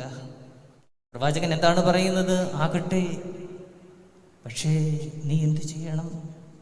നിന്റെ ആ മാവിൽ നിന്ന് നീയും നിന്റെ മകനും ചേർന്ന് ഉണ്ടാക്കി തിന്നിട്ട് ചാകാനിരിക്കുന്ന ആ മാവിൽ നിന്ന് 3 അട ഉണ്ടാക്കണം. ആ അട, ആദ്യത്തെ അട എനിക്കായിരിക്കണം. ദൈവത്തിൻ്റെ ജീവിതത്തിൻ്റെ പ്രതിസന്ധികളിലൂടെയും പ്രയാസങ്ങളിലൂടെയും നാം കടന്നു പോകുമ്പോൾ നമ്മോട് പറയാനുള്ളത് അതാണ്. നിന്റെ വല്ലായ്മകളെ, നിന്റെ ജീവിതത്തിൻ്റെ നിരാശകളെ, ആ മാവ് പിണ്ടത്തെ നീ ഒന്നുകൂടി ഒന്ന് വിഭജിക്കണം. ഇങ്ങ് തരിക. ഈ ദേവാലയം നമ്മോട് പറയുന്നത് അതാണ്. നിന്റെ പ്രതിസന്ധികളെ ഇങ്ങ് തരിക, പ്രയാസങ്ങളെ ഇങ്ങ് തരിക. കാരണം ഇതൊന്നും എടുക്കാനുള്ള ശേഷി നിനക്കില്ല. അതിനാണ് ഈ ദേവാലയം. എന്ത് ചെയ്തു? അവൾ അപ്രകാരം ചെയ്തു. തുരുത്തിയിലും ഭരണിയിലും എണ്ണയിലും മാവും കുറഞ്ഞു പോയില്ല. 2-3 വാക്യങ്ങൾക്ക് ശേഷം വീണ്ടും നാം കാണുന്നു, മകൻ മരിപ്പാറായിരിക്കുന്നു. അപ്പോൾ ദൈവപുരുഷൻ വീണ്ടും വരുന്നു. ദൈവപുരുഷൻ എന്താണ് പറയുന്നത്? ഇങ്ങ് തരിക, നിന്റെ മകനെ ഇങ്ങ് തരിക, നിന്റെ മകളെ ഇങ്ങ് തരിക, നിന്റെ പ്രിയപ്പെട്ടവരെ ഇങ്ങ് തരിക, നിന്റെ കുടുംബജീവിതത്തിൻ്റെ സ്നിഗ്ധതകളെ ഇങ്ങ് തരിക. ഈ ദേവാലയം അതെടുക്കും. ഈ വിശുദ്ധൻ്റെ കബറിടം അതെടുക്കും. അതെടുക്കുവാനുള്ള ശേഷിയുണ്ട്. ഒരു ദൈവപുരുഷനെ അങ്ങനെ പറയാനായിട്ട് സാധിക്കത്തുള്ളൂ. നിന്റെ അടയിങ്ങ് തരിക, നിന്റെ മകനെ ഇങ്ങ് തരിക. ഈ ദേവാലയം നമ്മോടത് പറയുകയാണ്. ദേവാലയത്തിലെ കർത്താവിൻ്റെ തിരുശരീര രക്തങ്ങളായി അർപ്പിക്കപ്പെടുന്ന വിശുദ്ധ കുർബാനയപ്പത്തിൻ്റെ ഒരു മുൻകുറി കൂടിയാണ് ആട. കാരണം ആ കുർബാനയപ്പം വിശ്വാസി സമൂഹത്തിൻ്റെ അധ്വാനമാണ്, വിശ്വാസി സമൂഹത്തിൻ്റെ വിയർപ്പാണ്. അവർ ദേവാലയത്തിൽ അർപ്പിച്ച കാണിക്കയാണ്, നേർച്ചയാണ് ആ അപ്പമായി കർത്തൃമേശയിലായിരിക്കുന്നത്, വീഞ്ഞായിട്ടിരിക്കുന്നത്. അതിനെയാണ് പുരോഹിതൻ ആശീർവദിച്ച് അവനെ മേശയിൽ അപ്പം വീഞ്ഞായി നീ കാണുന്നു എന്ന് പറയുന്നത്. നമുക്കതിനെ തരുന്നത്, നാം അതിനെ ആഹരിക്കുന്നത് അപാരമായ ഒരു സമാധാനത്തോടു കൂടി ആരാധനയ്ക്ക് ശേഷം ഈ കൊടിയ കാലത്തിൽ നമ്മൾ പുറത്തേക്ക് പോവുകയും ജീവിതത്തെ അഭിമുഖീകരിക്കുകയും ചെയ്യുന്നത്. അതുകൊണ്ട് ആരാധനയിലും ദേവാലയത്തിലും നമ്മുടെ പാദത്തെ നമ്മൾ ഉറപ്പിക്കണം. ഏത് പാദം? ചെരുപ്പൂരിയ പാദം, നമ്മുടെ മുൻവിധികളില്ലാതായ പാദം, നമ്മുടെ ലോക ജീവിതത്തിൻ്റെ പൊടിപടലങ്ങൾ ഇല്ലാതായ പാദം, ഈ ലോകത്തിലെ നടപ്പ് ദീനങ്ങൾ കൊണ്ട് വേദന പിടിച്ചിരിക്കുന്ന, വ്രണം പിടിച്ചിരിക്കുന്ന എൻ്റെ പാദം. ആ പാദങ്ങളെ ദൈവസന്നിധിയിൽ നമ്മൾ വെക്കണം. ഇടവക ജീവിതത്തിൻ്റെ ശക്തി എവിടെയാണ്? ഞാൻ എൻ്റെ ദേവാലയത്തെക്കുറിച്ച് ഈ സമയത്ത് ഓർക്കുകയാണ്. കുപ്പപ്പുറം പള്ളി, അവിടെ കഴിഞ്ഞ 9-10 മാസക്കാലമായിട്ട് വലിയ സാമ്പത്തിക പ്രതിസന്ധിയാണ്. കാരണം ഈ ടൂറിസം മേഖലയാകെ തകർന്നിരിക്കുകയാണ്. 25 ലക്ഷത്തിൻ്റെ വീതം 2 ഹൗസ് ബോട്ടുകൾ ഞങ്ങളുടെ പള്ളിയുടെ തൊട്ടടുത്ത വീട്ടിൽ കെട്ടിയിട്ടിരിക്കുകയാണ്. 10 മാസമായി അത് ഓടാൻ തുടങ്ങിയിട്ട്. യാതൊരു വരുമാനവുമില്ല. അതിൻ്റെ ഉടമസ്ഥൻ എന്നോട് വന്ന് പറയുകയാണ്, ഇടവകാംഗമായ വ്യക്തി, വിശ്വാസി എന്നോട് വന്ന് പറയുകയാണ്, അച്ഛാ പാല് വാങ്ങുന്നത് നിർത്തി. അത്രയും വലിയ സാമ്പത്തിക പ്രതിസന്ധികളിലൂടെയും പ്രയാസങ്ങളിലൂടെയും കടന്നു പോവുകയാണ്. അപ്പോഴും സഭയോടും വിശ്വാസത്തോടും ഇടവകയോടുമുള്ള അവരുടെ സ്നേഹത്തിന് യാതൊരു കുറവുമില്ല. കാതോലിക്ക ദിനം കൊടുക്കേണ്ടുന്ന സമയമായപ്പോൾ അത് ഓർപ്പിച്ച സമയത്ത് അവർ പറയുകയാണ്, കാതോലിക്ക ദിനം കൊടുക്കണം. 20 വീടേ ഉള്ളൂ, 3500 രൂപയെ കാതോലിക്ക ദിനമുള്ളൂ. കൊച്ചു പള്ളിയല്ലേ, 4000 കൊടുക്കണം. 10 മാസമായി ബോട്ട് വീടിൻ്റെ മുമ്പിൽ കെട്ടിയിട്ടിരിക്കുന്ന സെക്രട്ടറി പറയുകയാണ് 4000 കൊടുക്കണം. അതാണ് ഇവിടുത്തെ പതിവ്, അതാണ് പതിവ്. പെട്ടെന്ന് എനിക്ക് ഗിദെയോന്റെ 300 പേരെയാണ് ഓർമ്മ വന്നത്. ന്യായാധിപന്മാരുടെ പുസ്തകത്തിൽ നമ്മൾ കാണുന്നുണ്ട്, യഹോവയാം ദൈവം മിദ്യാന്യരെ കീഴ്പ്പെടുത്താനായിട്ട് ഗിദെയോനെ തെരഞ്ഞെടുത്തു. ഗിദെയോനോട് യഹോവയാം ദൈവം പറയുകയാണ്, നിന്റെ ജനത്തെ നീ എൻ്റെ അടുക്കിലേക്ക് കൂട്ടി വരുത്തുവീൻ, ഞാൻ അവരെ പരിശോധിക്കട്ടെ. നിന്റെ ജനത്തെ ഈ വെള്ളത്തിങ്കലേക്ക് കൊണ്ടുവരുവീൻ, ഞാൻ അവരെ പരിശോധിക്കട്ടെ. ഇതൊരു വെള്ളത്തിങ്കലാണ്, വെള്ളത്തിൻ്റെ അരികാണിത്. ഈ രോഗവ്യാധിയുടെ കാലഘട്ടം, ഈ ഇല്ലായ്മയുടെ കാലഘട്ടം, ഈ കൂർത്ത പല്ലുകൾക്കിടയിൽ നാം ഞെരിഞ്ഞമരുന്ന കാലഘട്ടം വെള്ളത്തിങ്കലെ ഒരു പരീക്ഷണമാണ്. ഗിദെയോനോടതാ പറയുന്നത്, വെള്ളത്തിങ്കലേക്ക് നിന്റെ ജനത്തെ കൊണ്ടുവരുവീൻ, ഞാൻ അവരെ പരിശോധിക്കട്ടെ. എങ്ങനെയാണ് പരിശോധിക്കുന്നത്? ഗിദെയോനോട് പറയുകയാണ്, നീ അവരോട് വെള്ളം കുടിക്കാൻ പറയണം. ഗിദെയോൻ അവരോട് വെള്ളം കുടിക്കാൻ പറഞ്ഞു. ഒരു കൂട്ടർ എന്ത് ചെയ്തു? ഒരു കൂട്ടർ മുട്ടുകുത്തിയിരുന്ന് വളരെ മാന്യമായി ഭക്ഷണത്തിൻ്റെ ഉപചാര മര്യാദകളെല്ലാം പാലിച്ചുകൊണ്ട് ശബ്ദമുണ്ടാക്കാതെ സ്ട്രോ ഇട്ട് വെള്ളം കുടിച്ചു. നമ്മളെ പോലെ വളരെ മാന്യമായി, വളരെ മേനിയോടുകൂടി, വളരെ ആഭിജാത്യത്തോടുകൂടി കാര്യങ്ങളൊക്കെ ചെയ്യുകയാണ് നമ്മളെ പോലെ. മറ്റു ചിലരോ, വിശുദ്ധ വേദപുസ്തകത്തിൽ പറയുന്നത്, വിശുദ്ധ വേദപുസ്തകത്തിൽ ഉപയോഗിച്ചിരിക്കുന്ന വാക്ക്, അവർ പട്ടി നക്കി കുടിക്കുന്നത് പോലെ വെള്ളം കുടിച്ചു. കമന്ന് കിടന്ന് നായ നക്കി കുടിക്കുന്നത് പോലെ ദൈവത്തിന്റെ വെള്ളത്തിങ്കിലെ വെള്ളം അവർ കുടിച്ചു. യഹോവയാം ദൈവം ഗിദെയോനോട് പറയുകയാണ്, നായ നക്കി കുടിക്കുന്നത് പോലെ വെള്ളം കുടിച്ച 300 പേരോടുകൂടി നീ ചെന്ന് മിദ്യാന്യരെ കീഴ്പ്പെടുത്തും. ഈ സഭ ഇന്ന് നിലനിൽക്കുന്നെങ്കിൽ, ഈ സഭ ഇന്ന് വിശ്വാസ ജീവിതത്തിൽ തിളക്കത്തോടെ മുന്നോട്ട് പോകുന്നെങ്കിൽ, അത് മേൽപ്പട്ടക്കാരേക്കാൾ, പട്ടക്കാരേക്കാൾ നായ നക്കി കുടിക്കുന്നത് പോലെ ദൈവത്തിൻ്റെ ജലാശയത്തിൽ നിന്നും ജലം കുടിക്കുവാൻ ഉന്മുഖരായ വിശ്വാസി സമൂഹത്തിൻ്റെ ബലം കൊണ്ടാണ്. ആ 300 പേരോടുകൂടി മിദ്യാന്യരെ നാം കീഴ്പ്പെടുത്തും. ഈ സഭ ഇനിയും മുന്നോട്ട് പോകും. ഈ ലോക ജീവിതത്തിൻ്റെ കെടുതികളെയും വ്യവഹാരത്തിൻ്റെ ക്ഷീണത്തെയും ശത്രുക്കളുടെ ആക്ഷേപത്തെയും അതിജീവിച്ച് ഈ 300 പേരെ പോലെയുള്ള ജനം, വിശ്വാസി സമൂഹം ഈ സഭയിൽ ഉണ്ടെങ്കിൽ, ഉള്ളതിനാൽ മുന്നോട്ട് പോകും. ഈ സന്ധ്യയിൽ ദൈവവചനം കേൾക്കാനായിട്ട് ദേവാലയത്തിലേക്ക് ഓടി വന്നിരിക്കുന്ന നിങ്ങളെയും ഞാൻ ഗിദെയോന്റെ ആ 300 പേരുടെ കൂട്ടത്തിലാണ് പെടുത്തുന്നത്. ഞാനൊന്ന് കാണട്ടെ, മോശയെ പോലെ ഞാനൊന്ന് നോക്കട്ടെ എന്ന വലിയ താല്പര്യത്തോടെ ദൈവസന്നിധിയിലേക്ക് അടുത്തു വരുവാനുള്ള ഒരു വലിയ ആഭിമുഖ്യം ആ ജീവിതത്തിൽ നമുക്ക് സൂക്ഷിക്കാനായിട്ട് സാധിക്കണം. അപ്പോഴാണ് നമ്മുടെ ആത്മീയ ജീവിതത്തെ നമുക്ക് ഗുണമേന്മയോടെ പുതുക്കി പണിയാനായിട്ട് സാധിക്കുന്നത്. നമ്മുടെ ആമുഖവാക്യം നമ്മൾ ഒരിക്കൽ കൂടി ഓർമ്മിക്കണം, നമുക്ക് അക്കരയ്ക്ക് പോകാം. ശിഷ്യന്മാർ കർത്താവിനോട് കൂടി ഇങ്ങനെ പോരുകയാണ്. ഏത് പ്രതിസന്ധികളിലും, ഏത് പ്രയാസങ്ങളിലും അവിടുന്ന് അവരിങ്ങനെ കർത്താവിനോട് കൂടി പോവുകയാണ്. മർക്കോസിന്റെ സുവിശേഷം 1-ാമത്തെ അധ്യായത്തിൽ നമ്മൾ 16-ാമത്തെ വാക്യത്തിൽ കർത്താവിന്റെ ശിഷ്യന്മാരെ വിളിക്കുന്ന ഭാഗം നമ്മൾ കാണുന്നുണ്ട്. ഒരു കൂട്ടർ വല വീശുകയായിരുന്നു, ഒരു കൂട്ടർ വല നന്നാക്കുകയായിരുന്നു. ശിമോനും അന്ത്രയോസും വല വീശുകയായിരുന്നു, യാക്കോബും യോഹന്നാനും വല നന്നാക്കുകയായിരുന്നു. അവരെല്ലാവരും നെറ്റിന് മുമ്പിലായിരുന്നു. നാമും ഇന്ന് ലോക ജീവിതത്തിൻ്റെ നെറ്റിന് മുമ്പിലാണ്. We are always in front of our net.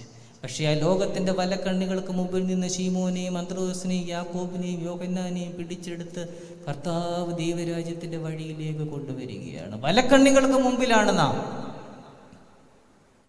എന്തു ചെയ്തു? മനുഷ്യരെ പിടിക്കുന്നവരാക്കും എന്നാണ് പറയുന്നത്. ലോകത്തിലേക്ക് ഏറ്റവും പ്രയാസമുള്ള കാര്യമാണ് മനുഷ്യനെ പിടിക്കുക എന്നുള്ളത്. ആർട്ട് ഓഫ് മാൻ മേക്കിംഗ്, അതിലേക്കാണ് കൊണ്ടുവരുന്നത്. ആനയെ പിടിക്കും മനുഷ്യൻ, പക്ഷേ മനുഷ്യനെ പിടിക്കാൻ പ്രയാസമാണ്. 30-40 വർഷം നമ്മൾ ഭർത്താവിനോടൊപ്പം ഒന്ന് ജീവിച്ചിട്ട് ഭർത്താവിനെ ഒന്ന് പിടിച്ചിട്ടുണ്ടോ? ഐ മീൻ ഹൃദയം കൊണ്ട്, ശാരീരികമായിട്ടല്ല. ഭാര്യയെ, മനുഷ്യനെ പിടിക്കുക ഏറ്റവും പ്രധാനപ്പെട്ട കാര്യമാണ്, പ്രയാസമുള്ള കാര്യമാണ്. അതൊന്നും വളയ്ക്കാനേ സാധിക്കത്തുള്ളൂ. പലപ്പോഴും ആ വലിയ ഉത്തരവാദിത്തമാണ് ഏൽപ്പിക്കുന്നത് ശിഷ്യന്മാരെ. അത് വലിയ പ്രഭുകുമാരന്മാരെയും കുമാരികളെയും അല്ല ഏൽപ്പിച്ചത്, വലിയ പ്രൊഫസേഴ്സിനെയോ ഡോക്ടേഴ്സിനെയോ അല്ല ഏൽപ്പിച്ചത്, PhD അല്ല. അവരെ ഏൽപ്പിക്കുകയാണെങ്കിൽ ദൈവരാജ്യത്തിൻ്റെ സുവിശേഷം ഒരു തടിച്ച പുസ്തകമായി ഒരു ലൈബ്രറിയിൽ പൊടി പിടിച്ചിരിക്കും. കർത്താവിന് അത് വളരെ കൃത്യമായിട്ട് അറിയാമായിരുന്നു. സ്റ്റോക്കികളെ പോലെയുള്ള വലിയ തത്വചിന്തകന്മാർ അവിടെ ഉണ്ടായിരുന്നു. വിദ്യ അന്വേഷിച്ച് ലോകമെമ്പാടും യാത്ര ചെയ്യുവാൻ താല്പര്യമുള്ള ചെറുപ്പക്കാരുണ്ടായിരുന്നു. അവരെ ആരെയും തിരഞ്ഞെടുക്കുന്നില്ല, മുക്കുവന്മാരെയാണ് കൂടുതലായിട്ട് തിരഞ്ഞെടുത്തത്. കാരണം അവർ വിയർപ്പ് കൊണ്ട് തങ്ങളുടെ ജീവിതത്തോട് മറുപടി പറയുന്നവരാണ്. നെറ്റിയിലെ വിയർപ്പാണ് ദൈവത്തിൻ്റെ ചോദ്യത്തിനുള്ള അവരുടെ മറുപടി. വിയർപ്പൊഴുകിയില്ലെങ്കിൽ ഭക്ഷണമില്ല. അത്രമാത്രം തീഷ്ണമായ ജീവിത യാഥാർത്ഥ്യങ്ങൾക്ക് മുന്നിൽ നിൽക്കുന്നവർക്ക് മാത്രമേ കർത്താവിൻ്റെ സുവിശേഷത്തെ ലോകമെങ്ങും വ്യാപിപ്പിക്കാനായിട്ട് സാധിക്കുകയുള്ളത്. ഏറ്റവും നന്നായിട്ട് അറിയാവുന്നത് കർത്താവിനായിരുന്നു. അതുകൊണ്ടാണ് കൊണ്ടുപോകുന്നത്. ഒരു മുക്കുവൻ അപാരമായ ക്ഷമയുള്ളവനായിരിക്കും. അവരുടെ ഒന്നാമത്തെ പ്രത്യേകതയാണത്. ഇന്ന് മീൻ കിട്ടിയില്ല എന്നുള്ളത് കൊണ്ട് അവർ നാളെ മീൻ പിടിക്കാൻ പോകാതിരിക്കുന്നില്ല, നാളെയും അവർ പോകും. സ്ഥിരോത്സാഹം, അപാരമായ ക്ഷമ മുക്കുവന്റെ ജീവിതത്തിലെ ഒരു പ്രത്യേകതയാണ്. രണ്ടാമതായി, കൂട്ടുകൂടി ജോലി ചെയ്യുവാനുള്ള ഒരു വലിയ താല്പര്യം. കൂട്ടുകൂടി ജോലി ചെയ്യുക. നമ്മുടെ ഇടവകയിലായാലും നമ്മുടെ വീട്ടിലായാലും, എന്തിനും നമ്മുടെ വീട്ടിൽ പോലുമാണെങ്കിലും ഈ കൂട്ടുകൂടി ജോലി ചെയ്യുവാൻ നമുക്ക് താല്പര്യമുണ്ടോ? സഭാജീവിതത്തിലെ ഏറ്റവും പ്രധാനപ്പെട്ട ഒരു കാര്യമാണ് ഈ കൊയിനോണിയ, കൂട്ടുകൂടി ജോലി ചെയ്യുവാൻ. ഞാൻ എൻ്റെ മടയിലെ സിംഹമാണ്, വേറൊരു സിംഹം അവിടെ വേണ്ട. എൻ്റെ സ്വാർത്ഥതയുടെ ഇടകളിൽ അവൻ ട്രസ്റ്റി ആയിരിക്കും, അതവിടെ നിൽക്കട്ടെ, ഞാൻ ട്രസ്റ്റി ആയിട്ട് ചെയ്യാം. രാഷ്ട്രീയത്തിലാണെങ്കിലും അത് തന്നെ, ഇവരൊന്ന് പോട്ടെ, അടുത്തൊരു വരട്ടെ, വന്നിട്ട് ചെയ്യാം. MD വാസുദേവൻ നായരുടെ കാലം എന്ന് പറയുന്ന നോവലിൽ നായകനോട് പറയുന്ന ഒരു വാക്യമുണ്ട്, വളരെ ശ്രദ്ധേയമാണത്. സേതുവിനെന്നും സേതുവിനെ മാത്രമായിരുന്നു ഇഷ്ടം. നമ്മുടെ പലരുടെയും അവസ്ഥ അതാണ്. ഭാര്യ ഭർത്താവിനോട് പറയും, അച്ചായനെന്നും അച്ചായനെ മാത്രമാണ് ഇഷ്ടം. കുടുംബജീവിതത്തിലും വ്യക്തി ജീവിതത്തിലും ഒക്കെ പറ്റിപ്പോകുന്ന വലിയൊരു വീഴ്ചയാണത്. ഈ സ്വാർത്ഥതയുടെ ഇടങ്ങളിൽ നിന്ന് നാം ഇറങ്ങുമ്പോഴാണ് അവന് പിന്നാലെ പോകാൻ നമുക്ക് സാധിക്കുന്നത്. ഈ നോമ്പ് അതിനുള്ള ഒരു അവസരമാകട്ടെ. നമ്മുടെ ജീവിതത്തിൽ ഒരു കുറവെങ്കിലും ഒന്ന് ഉപേക്ഷിച്ച് അവൻ്റെ പിന്നാലെ ഒന്ന് പോകാനായിട്ട് നമുക്ക് സാധിക്കണം. കർത്താവ് മീൻ വാങ്ങുവാനല്ല കടപ്പുറത്ത് വന്നത്, മീൻ പിടിക്കുന്നവരെ വാങ്ങാനാണ്. അവന് മീൻ പിടിക്കുന്നവരെയാണ് ആവശ്യം. അത് വളരെ പ്രധാനപ്പെട്ട ഒരു കാര്യമാണ്. നമ്മുടെ കുടുംബജീവിതത്തിൻ്റെ പൗരോഹിത്യത്തിൻ്റെ ഉത്തരവാദിത്വം മാതാവ് ഏറ്റെടുക്കണം, പിതാവ് ഏറ്റെടുക്കണം. മാതാവ് ഒരു പുരോഹിതയാണ്, പിതാവ് ഒരു പുരോഹിതനാണ്. അത് വളരെ പ്രധാനപ്പെട്ട ഒരു കാര്യമാണ്. പ്രാർത്ഥനാ സമയത്ത് തൻ്റെ വീടിൻ്റെ ഉൾത്തളങ്ങളിൽ മുട്ടുകുത്തിയിരിക്കുന്ന ഒരു മാതാവ്, പിതാവ്, ദൈവസന്നിധിയിലിരിക്കുന്ന മാതാപിതാക്കൾ കുഞ്ഞുങ്ങൾക്ക് നൽകുന്ന വലിയൊരു സന്ദേശമുണ്ട്. ലോകത്തിൻ്റെ ഏത് കോണിലേക്ക് പോയാലും അവനോടൊപ്പം അവളോടൊപ്പം കൂടെ ചെല്ലുന്ന അവരുടെ പ്രാർത്ഥനയുണ്ട്. ഒരു ചെറുപ്പക്കാരൻ തൻ്റെ ജീവിതത്തിലെ ഒരു അനുഭവം പങ്കുവെക്കുകയായിരുന്നു. അവൻ ബാംഗ്ലൂരിൽ വളരെ സ്വതന്ത്രനായി മാതാപിതാക്കളുടെ കെട്ടുപാടുകളൊന്നുമില്ലാതെ വിദ്യാഭ്യാസ ജീവിതം ആരംഭിച്ചു. അപ്പോൾ അവനും തൻ്റെ കൂട്ടുകാരെ പോലെ ജീവിതം ആസ്വദിക്കാനായിട്ടുള്ള ചില പദ്ധതികളൊക്കെ തയ്യാറാക്കി. അതിനു വേണ്ടി പണം അടച്ചു, അതിനുള്ള മുറി ഒരുക്കി, അതിനുള്ള സൗകര്യങ്ങളെല്ലാം റെഡിയായി. അവൻ ഹോട്ടൽ മുറിയിലേക്ക് എടുത്ത് വെച്ച സമയത്ത് പെട്ടെന്ന് തൻ്റെ അമ്മ വീടിൻ്റെ ഉൾത്തളത്തിലിരുന്ന് പ്രാർത്ഥിക്കുന്ന ഒരു ചിത്രം അവൻ്റെ മനസ്സിലേക്ക് കടന്നു വന്നു. അവൻ ആ മുറിയിൽ നിന്ന് ഇറങ്ങിപ്പോന്നു എന്നാണ്. നമ്മുടെ കുഞ്ഞുങ്ങൾ ലോകത്തിൻ്റെ ഏതൊക്കെ ഭാഗത്ത് പോകുന്നു, ഏതൊക്കെ കോണുകളിലിരിക്കുന്നു, എത്രയെത്ര വഴികൾ, എത്രയെത്ര പൊത്തിഫേറിൻ്റെ ഭവനങ്ങൾ. പക്ഷേ അവിടെയെല്ലാം നീണ്ടു ചെല്ലുന്ന അമ്മയുടെയും അപ്പൻ്റെയും പ്രാർത്ഥനയുടെ കൈകളുണ്ട്.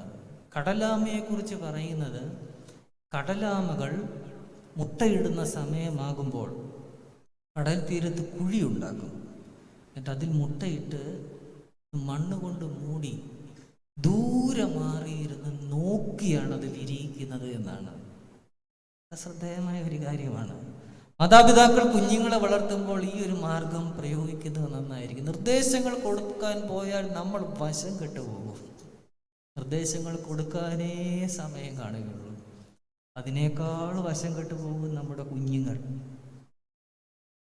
എന്നാലൊരു കടലാമയെ പോലെ സൂക്ഷ്മതയോടെ മണ്ണിൽ മുട്ടയിട്ട് കുഞ്ഞുങ്ങളെ വിരിയിച്ചെടുക്കാൻ സാധിക്കണം. നമ്മുടെ ഗുരുക്കന്മാർ അങ്ങനെയാണ് ചെയ്യുന്നത്. ഞാൻ തുടക്കത്തിൽ കൊറപ്പിസ്കോപ്പ അച്ഛൻ ഇവാനിയോസ് തിരുമേനിയെ കുറിച്ച് പറഞ്ഞപ്പോൾ ഞാൻ ഓർക്കുകയായിരുന്നു. ഏറ്റവും അധികം നമ്മളെ വഴക്ക് പറയുന്നതും ഏറ്റവും അധികം വചന ശുശ്രൂഷയ്ക്കായിട്ട് പോകുമ്പോൾ നമ്മളെ തടസ്സം ചെയ്തിരുന്ന ആൾ യുവനെ സിൽവേനിയായിരുന്നു. ഇപ്പോഴാണ് മനസ്സിലാകുന്നത് നമ്മുടെ പേര് പറഞ്ഞിരുന്നുവെന്ന്. അവരൊരിക്കലും പ്രത്യക്ഷത്തിൽ നമ്മളെ തലോടി, ദൂരെ മാറിയിരുന്ന് ഒരു ആമ തൻ്റെ കുഞ്ഞുങ്ങളെ നോക്കി ശ്രദ്ധയോടെ വിരിയിക്കുന്നത് പോലെ വിരിയിച്ചെടുക്കും. കർത്താവ് തൻ്റെ ശിഷ്യന്മാരെയും കൊണ്ട് ഇങ്ങനെ പുറപ്പെട്ട് പോവുകയാണ്. ഏത് പ്രതിസന്ധികളെയും പ്രയാസങ്ങളെയും അതിജീവിക്കാൻ നമുക്ക് അക്കരയ്ക്ക് പോകാം. മനുഷ്യാവതാരത്തിൻ്റെ ഏറ്റവും ശ്രദ്ധേയമായ ഒരു സന്ദേശമാണത്. Shall we go to the other side? നമുക്ക് അക്കരയ്ക്ക് പോകാം. ആ ഒരു ബോധ്യത്തോടു കൂടി നമ്മുടെ ജീവിതത്തെ നമ്മൾ നയിക്കുമ്പോൾ ഏത് പ്രതിസന്ധികളെയും പ്രയാസങ്ങളെയും നമുക്ക് അതിജീവിക്കാനായിട്ട് സാധിക്കും. ന്യായാധിപന്മാരുടെ പുസ്തകം 14-ാം അധ്യായത്തിൽ നമ്മൾ ശിംശോന്റെ ജീവിതത്തിൽ ഒരു സംഭവം കാണുന്നുണ്ട്. ശിംശോൻ തിമ്നയിലെ ഒരു പെൺകുട്ടിയെ കണ്ട് ഇഷ്ടപ്പെട്ടു. തൻ്റെ മാതാപിതാക്കളോട് പറഞ്ഞു. മാതാപിതാക്കൾ ആദ്യം അവനോട് പറഞ്ഞു, സ്വന്തം ജാതിയിൽ നിന്നും കല്യാണം കഴിച്ചാൽ പോരെ. പക്ഷെ അവൻ പുരോഗമനവാദി ആയതുകൊണ്ടൊന്നും സമ്മതിച്ചില്ല. ഒരു ഗുണം ചെയ്ത് അപ്പനെയും അമ്മയും കൂട്ടി പെണ്ണ് കാണാനായിട്ട് പോയി. പോകുന്ന വഴിക്ക് അവനൊരു മുന്തിരിത്തോട്ടത്തിൽ വിശ്രമിക്കുകയാണ്. അവർ വിശ്രമിക്കുന്ന സമയത്ത് മാതാപിതാക്കൾ മാറിയിരിക്കുന്നു, ശിംശോൻ വേറൊരിടത്ത് ഇരിക്കുന്നു. അപ്പോഴാണ് നാം കാണുന്നത് ഒരു ബാലസിംഹം അവർക്ക് നേരെ പാഞ്ഞു വന്നു. 14-ാം അധ്യായത്തിൽ നമ്മൾ കാണുന്നു, അപ്പോൾ യഹോവയുടെ ആത്മാവ് ശിംശോന്റെ മേൽ വന്നു, അവനതിനെ കീറിക്കളഞ്ഞു എന്നാണ് എഴുതിയിരിക്കുന്നത്. ഒരു കടലാസ് കീറുന്നത് പോലെ ആ ബാലസിംഹത്തെ ശിംശോൻ കീറിക്കളഞ്ഞു. അപ്പനും അമ്മയും അറിഞ്ഞില്ല. ന്യായാധിപന്മാരുടെ പുസ്തകം 14-ാം അധ്യായം. പെണ്ണ് കണ്ട് തിരികെ വരുമ്പോൾ വീണ്ടും അതേ മുന്തിരിത്തോട്ടത്തിൽ വിശ്രമിക്കുന്നു. അപ്പോൾ ശിംശോൻ എന്ത് ചെയ്തു? കുറേ ദിവസം കഴിഞ്ഞു. ശിംശോൻ വീണ്ടും ആ സംഭവം നടന്ന സ്ഥലത്തേക്ക് ചെന്നു. താൻ സിംഹത്തെ കീറിയ ഇടത്തേക്ക് ശിംശോൻ ചെല്ലുകയാണ്. ഒരു വിശ്വാസിയുടെ ജീവിതത്തിൽ ഏറ്റവും ശ്രദ്ധിക്കേണ്ടുന്ന കാര്യമാണ് തൻ്റെ ദീർഘയാത്രകൾ, വിജയങ്ങൾ, ഉയർച്ചകൾ, താൻ സിംഹത്തെ കീറിയ അനുഭവങ്ങൾ. പക്ഷെ ജീവിതത്തിൻ്റെ മുന്തിരിത്തോട്ടത്തിൽ വിശ്രമിക്കുമ്പോൾ അവിടേക്ക് ഒന്നുകൂടി ചെന്നൊന്ന് നന്ദി പറയാൻ നമുക്ക് സാധിക്കുന്നുണ്ട്. ഒരു 10 കൊല്ലങ്ങൾക്ക് ശേഷം ഈ കൊറോണ കാലത്തെക്കുറിച്ച് നമ്മൾ ചിന്തിക്കേണ്ട ഒരു സാഹചര്യം നിങ്ങൾ ഓർത്ത് നോക്കൂ. രോഗങ്ങളൊന്നുമില്ലാതെ സുഖകരമായി നമ്മുടെ ജീവിതം മുമ്പോട്ട് കൊണ്ടുപോകുമ്പോൾ ഇങ്ങനെ ഒരു കാലവും ഉണ്ടായിരുന്നു. ഞാൻ നടത്തിയ മൽപ്പിടുത്തങ്ങളെ കുറിച്ച് ചിന്തിക്കുകയും ദൈവം നടത്തിയ വഴികളെ ആദരിക്കുകയും ചെയ്യുവാനുള്ള മനസ്സ് ശിംശോൻ അത് കാണിക്കുകയാണ്. അപ്പോഴെന്താണ് കണ്ടത്? മൽപ്പിടുത്തം നടത്തിയ സ്ഥലത്ത് സിംഹത്തിൻ്റെ ഒരു അസ്ഥികൂടം കിടപ്പുണ്ട്. ശിംശോൻ ആ അസ്ഥികൂടത്തിനടുത്തേക്ക് ചെന്ന് സൂക്ഷിച്ചു നോക്കി. അപ്പോൾ വളരെ അപൂർവമായ ഒരു കാഴ്ച കാണുകയാണ്. എന്താണ് കാഴ്ച? സിംഹത്തിൻ്റെ അസ്ഥികൂടത്തിനിടയിൽ ഒരു തേൻകൂട്. എൻ്റെ ജീവിതത്തിൻ്റെ വികൃതമായ അസ്ഥികൂടങ്ങൾക്കിടയിൽ, എൻ്റെ കണ്ണീരുകൾക്കിടയിൽ, എൻ്റെ പിടച്ചിലുകൾക്കിടയിൽ അവൻ എനിക്ക് വേണ്ടി ഒരു തേൻകൂട് സൂക്ഷിച്ചു വെച്ചിരിക്കുന്നു. ശിംശോൻ അതെടുത്തു, എൻ്റെ അപ്പനും അമ്മയ്ക്കും കൊടുത്തു. അവർ രുചിച്ചു.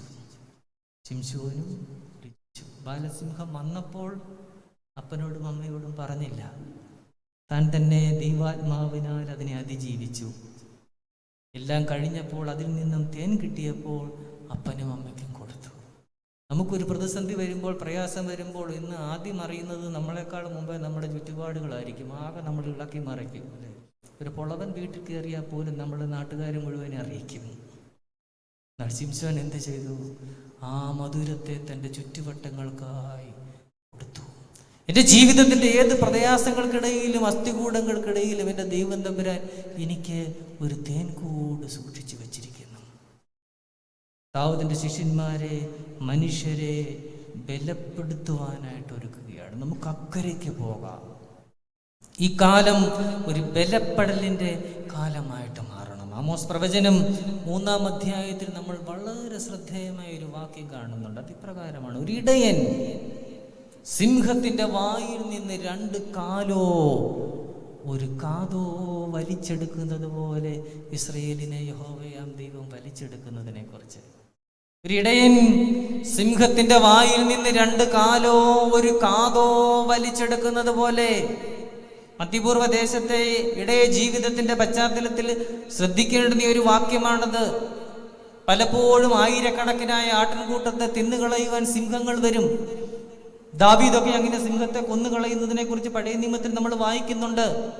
ആ പശ്ചാത്തലത്തിൽ വേണം നാം ഇത് കാണാൻ. ഒരു ഇടയൻ തൻ്റെ ആടിൻ്റെ 2 കാലോ 1 കാതോ സിംഹത്തിൻ്റെ വായിൽ നിന്നും വലിച്ചെടുക്കുന്നത് പോലെ ഇടയൻ നോക്കുമ്പോഴുണ്ട് തൻ്റെ പ്രിയപ്പെട്ട ആടിനെ 1000-1 സിംഹം പിടിച്ചു. 1000-1 പോട്ടെ എന്നല്ല, 1000-1 പിടിച്ച സിംഹത്തിൻ്റെ പിന്നാലെ പായുകയാണ്. നാം സാധാരണ ചെയ്യുന്നത് സിംഹത്തെ കാണുമ്പോൾ സിംഹത്തെക്കാൾ വേഗത്തിൽ നാം പായുകയാണ് ചെയ്യുന്നത്. പക്ഷെ ഇടയൻ എന്താണ് ചെയ്യുന്നത്? ഇടയൻ പായുകയാണ് സിംഹത്തിൻ്റെ പിന്നാലെ. ചെന്ന് നോക്കിയപ്പോൾ പകുതിയും ചവച്ച് തിന്നു. ഇനി ഒന്നുമില്ല. അതിൻ്റെ വായിലതാ പുറത്തേക്ക് 2 കാല് നിപ്പുണ്ട്, അല്ലെങ്കിൽ ഒരു ചെവി നിപ്പുണ്ട്. ഇടയൻ ചെന്നിട്ട് അത് വലിച്ചെടുക്കും. 2 കാലെങ്കിൽ 2 കാൽ, ഒരു ചെവിയെങ്കിൽ ഒരു ചെവി. അത് ഞാൻ നിനക്ക് തന്നുവിടില്ല, അതും കൂടി തിന്നിട്ട് നീ പോകണ്ട, അതെന്റെ ആടാണ്. കുടുംബജീവിതത്തിൽ നാം ശ്രദ്ധിക്കേണ്ടുന്ന ഒരു കാര്യമാണ്. എല്ലാം തീർന്നു, എല്ലാം പ്രതിസന്ധികളാണ്. അതാ 2 കാലോ 1 കാതോ മാത്രമേ ഉള്ളൂ. ഇല്ല, അത് കൊടുക്കരുത്. അതൊരു റെമനൻ്റാണ്, ഒരു ശേഷിപ്പാണ്. സഭാജീവിതത്തിൽ നാം നിരാശപ്പെടരുത്. കേസാണ്, പ്രതിസന്ധികളാണ്, പ്രയാസങ്ങളാണ്. ഒരു ദിവസം പോലും ശുഭകരമായ ഒരു വാർത്തയില്ല. പക്ഷെ അതാ 2 കാൽ 1 കാത്, അതൊരു ശേഷിപ്പാണ്. അതെടുത്തുകൊണ്ട് ആ പ്രത്യാശയിൽ മുന്നോട്ട് ജീവിക്കാൻ നമുക്ക് ഓരോരുത്തർക്കും സാധിക്കണം. അവിടെയാണ് നമ്മുടെ ആധ്യാത്മിക ജീവിതം പ്രത്യാശ നിർഭരമായി തീരുന്നത്. നമുക്ക് അക്കരയ്ക്ക് പോകാം. Let us go to the other side. മോശ തൻ്റെ ചെരുപ്പുകളെ ഊരി ദൈവസന്നിധിയിലേക്ക് നിന്നിട്ട് പറയുകയാണ്, ഞാൻ എൻ്റെ ചെരുപ്പുകളെ ഊരി ദൈവത്തിൻ്റെ തീച്ചൂട് പറ്റിയ മണ്ണിലേക്ക് കയറി നിൽക്കും. അതുകൊണ്ട് എൻ്റെ പ്രിയപ്പെട്ടവരെ, ഈ നോമ്പ് കാലം ഒരു വലിയ തിരുത്തലിൻ്റെയും ഗുണപരമായി ജീവിതത്തെ പുതുക്കി പണിയാനുള്ള ഒരു സമയമായിട്ട് നാം കാണണം. ഈ നോമ്പ് ഉയർത്തുന്ന ഏറ്റവും വലിയ സന്ദേശം അനുതാപത്തിൻ്റെ സന്ദേശമാണ്. അനുതാപം എന്താണ്? അത് കരഞ്ഞ് തളർന്നിരിക്കലല്ല. പൗരസ്ത്യ ദർശനത്തിൽ അനുതാപം എന്ന് പറയുമ്പോൾ അത് പുതിയൊരു കിളിർപ്പുണ്ടാകാനുള്ള കാത്തിരിപ്പാണ്. അത് ദൈവത്തിൻ്റെ ചോദ്യത്തിനുള്ള മറുപടി പറയലാണ്. യോനാ പ്രവാചകന്റെ സന്ദേശം നിനിവയിൽ ഉണ്ടായപ്പോൾ രാജാവ് തൻ്റെ രാജസിംഹാസനത്തിൽ നിന്ന് എഴുന്നേൽക്കുകയാണ്. നിനിവ നശിക്കുമെന്നുള്ള അനുതാപത്തിൻ്റെ സന്ദേശത്തെ അങ്ങനെയാണ് രാജാവ് കേട്ടത്. യോനാ പ്രവാചകന്റെ പുസ്തകത്തിലെ ഏറ്റവും ശ്രദ്ധേയമായ കഥാപാത്രം ആരെന്ന് ചോദിച്ചാൽ അത് യോനയല്ല. പലപ്പോഴും നമ്മൾ അങ്ങനെയാണ് കരുതുന്നത്. ആ പുസ്തകത്തിലെ ദൈവാനുഗ്രഹത്തിന്റെ ഏറ്റവും വലിയ ഗുണഭോക്താവ് പേരില്ലാത്ത വിജാതീയനായ രാജാവാണ്. രാജാവിന് അവിടെ പേര് കൊടുത്തിട്ടില്ല. കാരണം അതെല്ലാ രാജാക്കന്മാർക്കും ഭരണകർത്താക്കൾക്കും ബാധകമാണ്. അവിടെ നാം കാണുന്നു, രാജാവ് തന്റെ സിംഹാസനത്തിൽ നിന്ന് എഴുന്നേറ്റു, ചാക്ക് കീറി അത് പുതച്ചു. ചാക്ക് സമ്പാദ്യങ്ങളും സ്വർണവും രത്നവും ഒക്കെ നിറയ്ക്കാനുള്ള വസ്തുവാണ്. പക്ഷെ രാജാവ് അത് കീറി തൻ്റെ വിലാപത്തിൻ്റെ ഇടമാക്കി ചാരം പൂശി അതിലിരിക്കാനായിട്ടത് ഉപയോഗിക്കുകയാണ്. എന്നിട്ട് പറയുകയാണ്, ആടുമാടുകൾ മേയരുത്, മനുഷ്യൻ മേയരുത്. 3-ാമത്തെ അധ്യായത്തിലെ ഒരു പരാമർശമാണ്. ആടുമാടുകളും മനുഷ്യനും മേയരുത്. രണ്ടിനെയും ഒരു കാറ്റഗറിയിലാണ് പെടുത്തിയിരിക്കുന്നത്. ഈയിടെ ഇറങ്ങിയ ഒരു വളരെ ശ്രദ്ധേയമായ പുസ്തകമുണ്ട്. ഹീബ്രു സർവകലാശാലയിലെ യുവൽ നോവ ഹരാരി എന്ന് പറയുന്ന ഒരു ചരിത്ര അധ്യാപകൻ എഴുതിയ സാപ്പിയൻസ് എന്ന് പറയുന്ന ഒരു പുസ്തകം. അതിൽ അദ്ദേഹം പറയുന്നത്, ലോകത്തിൽ നിന്ന് ഏറ്റവും പ്രബലമായ മതം ക്രൈസ്തവ മതമല്ല, ഹിന്ദുയിസമല്ല, ജൈനിസമല്ല, മുസ്ലിം അല്ല. ലോകത്തിലെ ഏറ്റവും പ്രബലമായ മതം എന്ന് കൺസ്യൂമറിസമാണ്, ആർജന സംസ്കാരമാണ്. ബൂസ്റ്റിന്റെ പരസ്യത്തിൽ സച്ചിൻ പറയുന്നില്ല, ഏ ദിൽ മാങ്കേ മോർ, നീ വീണ്ടും വീണ്ടും ബൂസ്റ്റ് കുടിക്കണം. സച്ചിൻ ഇങ്ങനെ ഓരോ കാര്യം ഇടയ്ക്കിടയ്ക്ക് പറയും. അതൊക്കെ കേട്ട് നമ്മൾ ചെയ്യും. ഇപ്പോൾ ഒരു കാര്യം പറഞ്ഞിട്ടുണ്ട്, അത് അത്രയും അങ്ങോട്ട് ഏറ്റില്ല. കർഷക സമരത്തിന്റെ സമയത്ത് നീ വീണ്ടും വീണ്ടും കുടിക്കണം, വീണ്ടും വീണ്ടും ആർജിക്കണം. ലോകം നമ്മോടതാണ് പറയുന്നത്. നോമ്പ് നമ്മോട് പറയുന്നത് ചില ചുരുക്കലുകളിലൂടെയും ജീവിക്കുവാൻ നിനക്ക് ബാധ്യതയുണ്ട്. നിനിവയിലെ രാജാവ് പറയുകയാണ്, ആടുമാടുകൾ മേയരുത്, മനുഷ്യൻ മേയരുത്. മേയുവാൻ മനുഷ്യനെ കൊണ്ട് ഉദ്ദേശിച്ചിട്ടില്ല. മേയുന്നത് മൃഗമാണ്. ആവോളം ആർജിച്ചിട്ട് എവിടെയോ ചെന്ന് കിടന്ന് അയവെട്ടുന്നു. മനുഷ്യൻ അങ്ങനെയല്ല.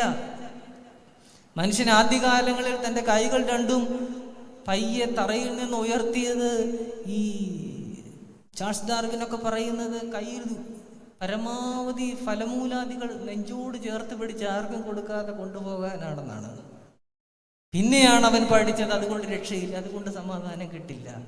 പിന്നെ അവൻ സാവകാശമായി 2 കൈകളെ മുകളിലേക്ക് ഉയർത്തി പ്രാർത്ഥിക്കാൻ പരിശീലിച്ചു. അത് മനുഷ്യവംശത്തിൻ്റെ വളർച്ചയിലെ വലിയൊരു നാഴികക്കല്ലായിരുന്നു.